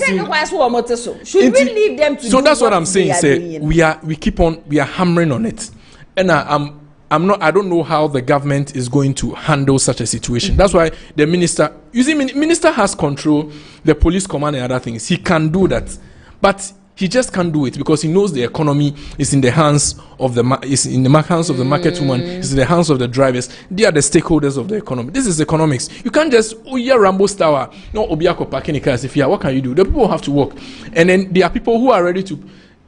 Either 4 cities 9 There are people who are ready to pay the 4 cities. Oh yeah, I don't know 5 cities na amount for by me man for into 5 cities amount for Afro. Not because I can't afford the 5 cities, but as a name yes. I'm say me who TV3 I think video be a man be TH or say otua or say 4 cities into 335.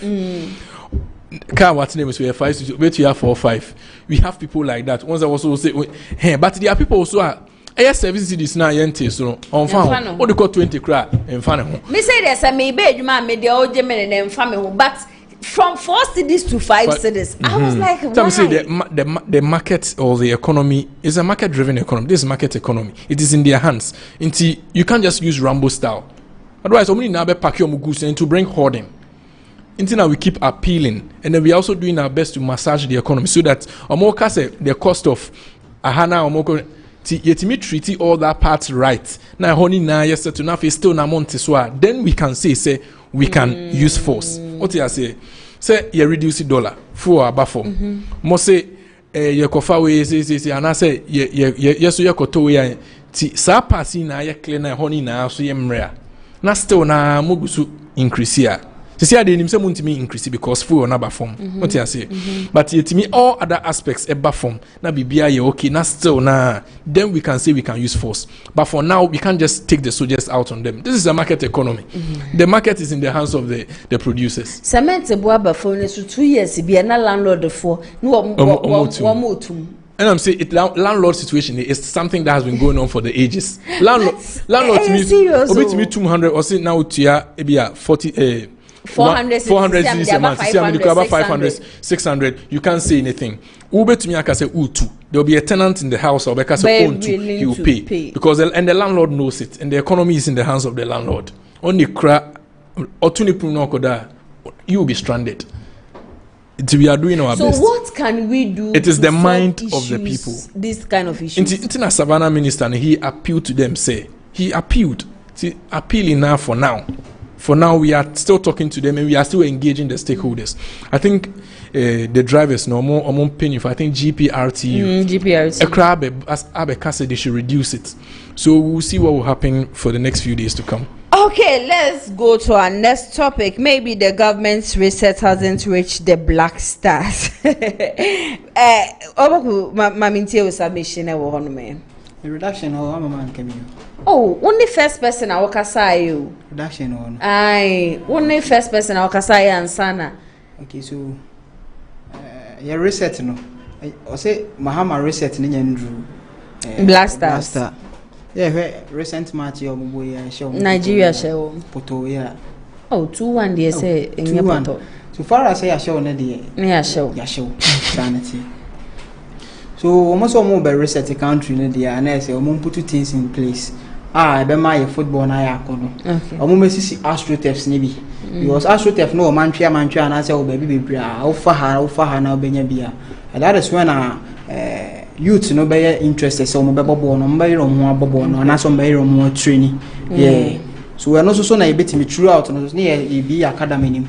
Because say astroturf around hanoma probability say obi be a manager be obi wo team and say you be nice oba establish a team around hono high throughout no so ebetimi during that process ebetimi so anya apeke ask out go for am ye good ewu e dey join the national team na say maybe the Premier League na bono local teams no so team dey apeke o train o ma do that level no ama dey build team no until the mechanic say reset no also be reset no dey aye ne ye dey maybe astroturfs no here your stadiums no renovate no ayi anu tun recently GH1 Ketokreku o kan tun say your stadiums na improve there as a previous government no and yes I don't know me evidence or has see me kasa na be say me my evidence say the enko ba say me kasa without me be say me argument no be frivolous and I say enya so be say enya so itina me kan say no so also be resetting the esre no sa na ma we na ade ade a mesre ne say on prioritize and I say on man ni nko ho me da se pa na ya okay me na be mamiti on so submission yeah me won say bibi person politicize bibia. Even Black Stars, so politicians say, the Yentia and Black Stars not performing ye. And Black Stars not performing ye is attributing to say we have not done any social intervention in sports and other things. You said you built 150 AstroTurf. Oh yes. Black Stars, AFCON, we went out group stage twice. World Cup, we knocked out group stage. And no, how did your AstroTurf affect the Black Stars? AstroTurf has nothing to do with blacks. Once Wednesday, development now. It's as if we AstroTurf see the build the best scouting youth no. So within 8 years now, blacks into me. I'm coming. You don't Premier League. And I'm a child say, even with more second term, me child say policies no do one Afcon we went out say Afcon we did even what's it within your second time twice Emma Afcon Emma World Cup you from group stage it's more AstroTurf no it didn't solve anything the Black Stars afi me ba train mama me submission week Wednesday I took you through law about some minutes ago I took you through economics now I'm taking you through football. Law na de ko relax me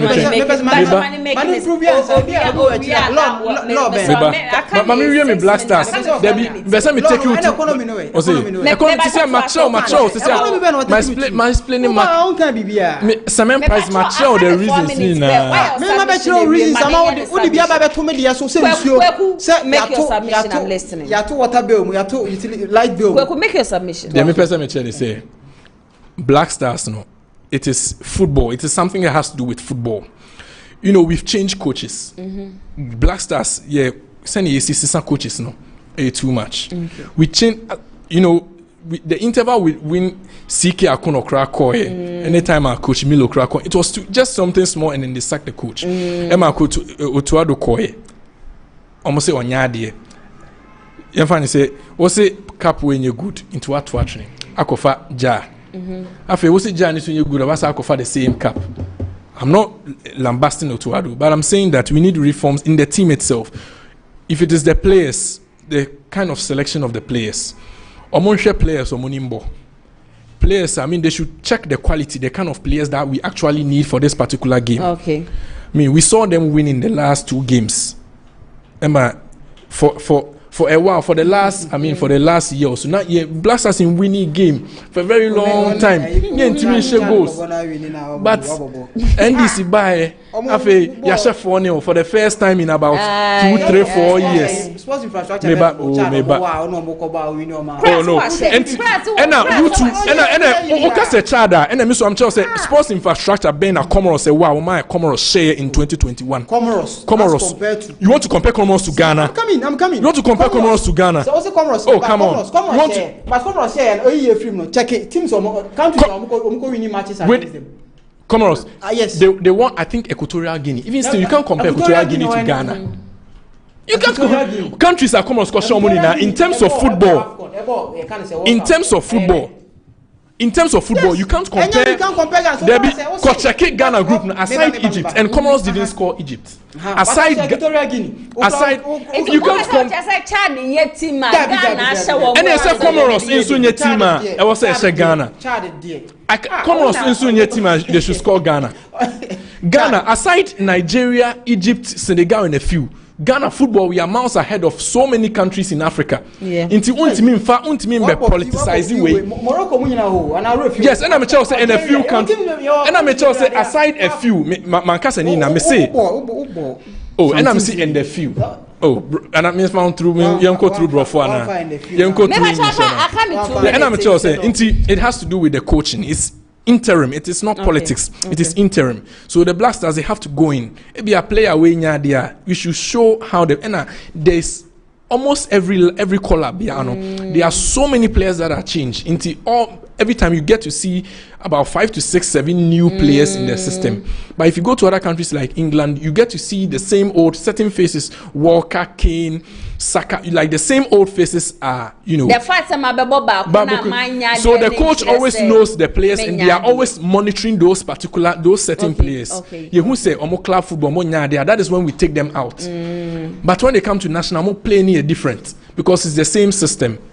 In Ghana, Sani was these players in there, you say when they do mobile. Now you enjoy the. I mean, you who say obi football, and I'm not saying say you shouldn't bring in new players, but every time there are new players, and Jordan, are you the captain? Even said it. So this is not politics. This is internal football. That is what I have to say. The Black Stars, the coaching system now also more before.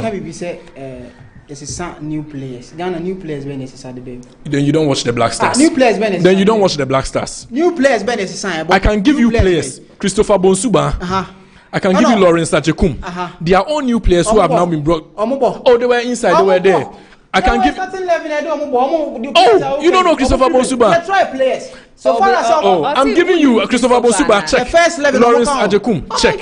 I can give you. First 11 on account. But they are in the team. They are in the team. Football is not about first 11. This is not politics. This is football. This is football. I'm coming. So far as my time is up. So far as a team no. You best scouting new players. Even Barcelona there, you must say I'm going to players. Yami, I'm going to find free. Academy, I'm going to find a buy. So far as but I said we can't. But I told you said we can't say we are bringing you new players. I said first 11. First 11. Football is not about first 11. Football 23 players play football. I'm coming. But your and first then we always change. But time will continue another time. Time will continue another time. Chama general there. There are cars on one day. Dumsona sana. Yeba no. Omoba. They are now a person prove channel. I know jet in yes or man can 30 seconds. Remember, I mean, we a message. I call manifesto message from the national channel. Okay. Yet you me back. My time is up. The time is up.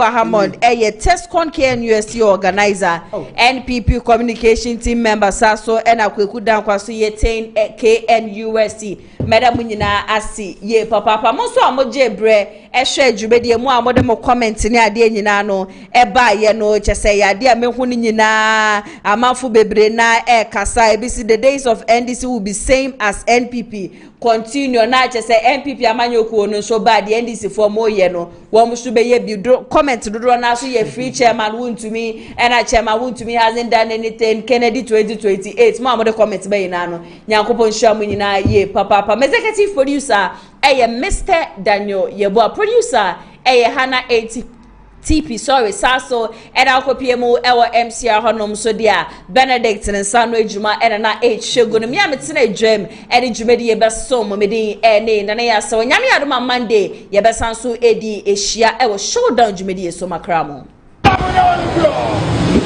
what up me wana uda hey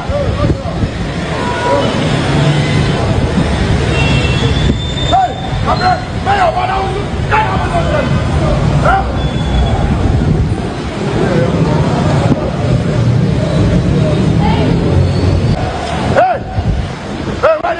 Hey, my friend!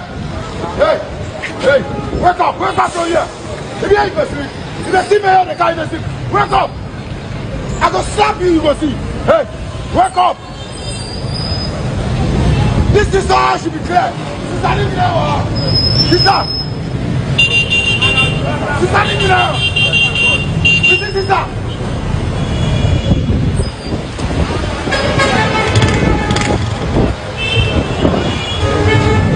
That's fine. We did shoot again. Yeah.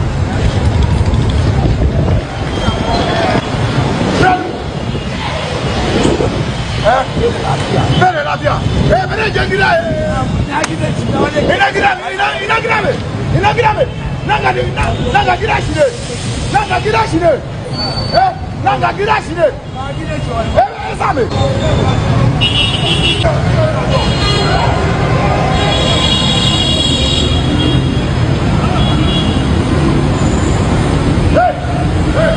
Hey, sorry, sorry,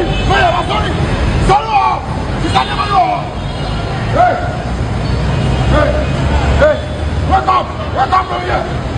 Sorry, hey, sorry.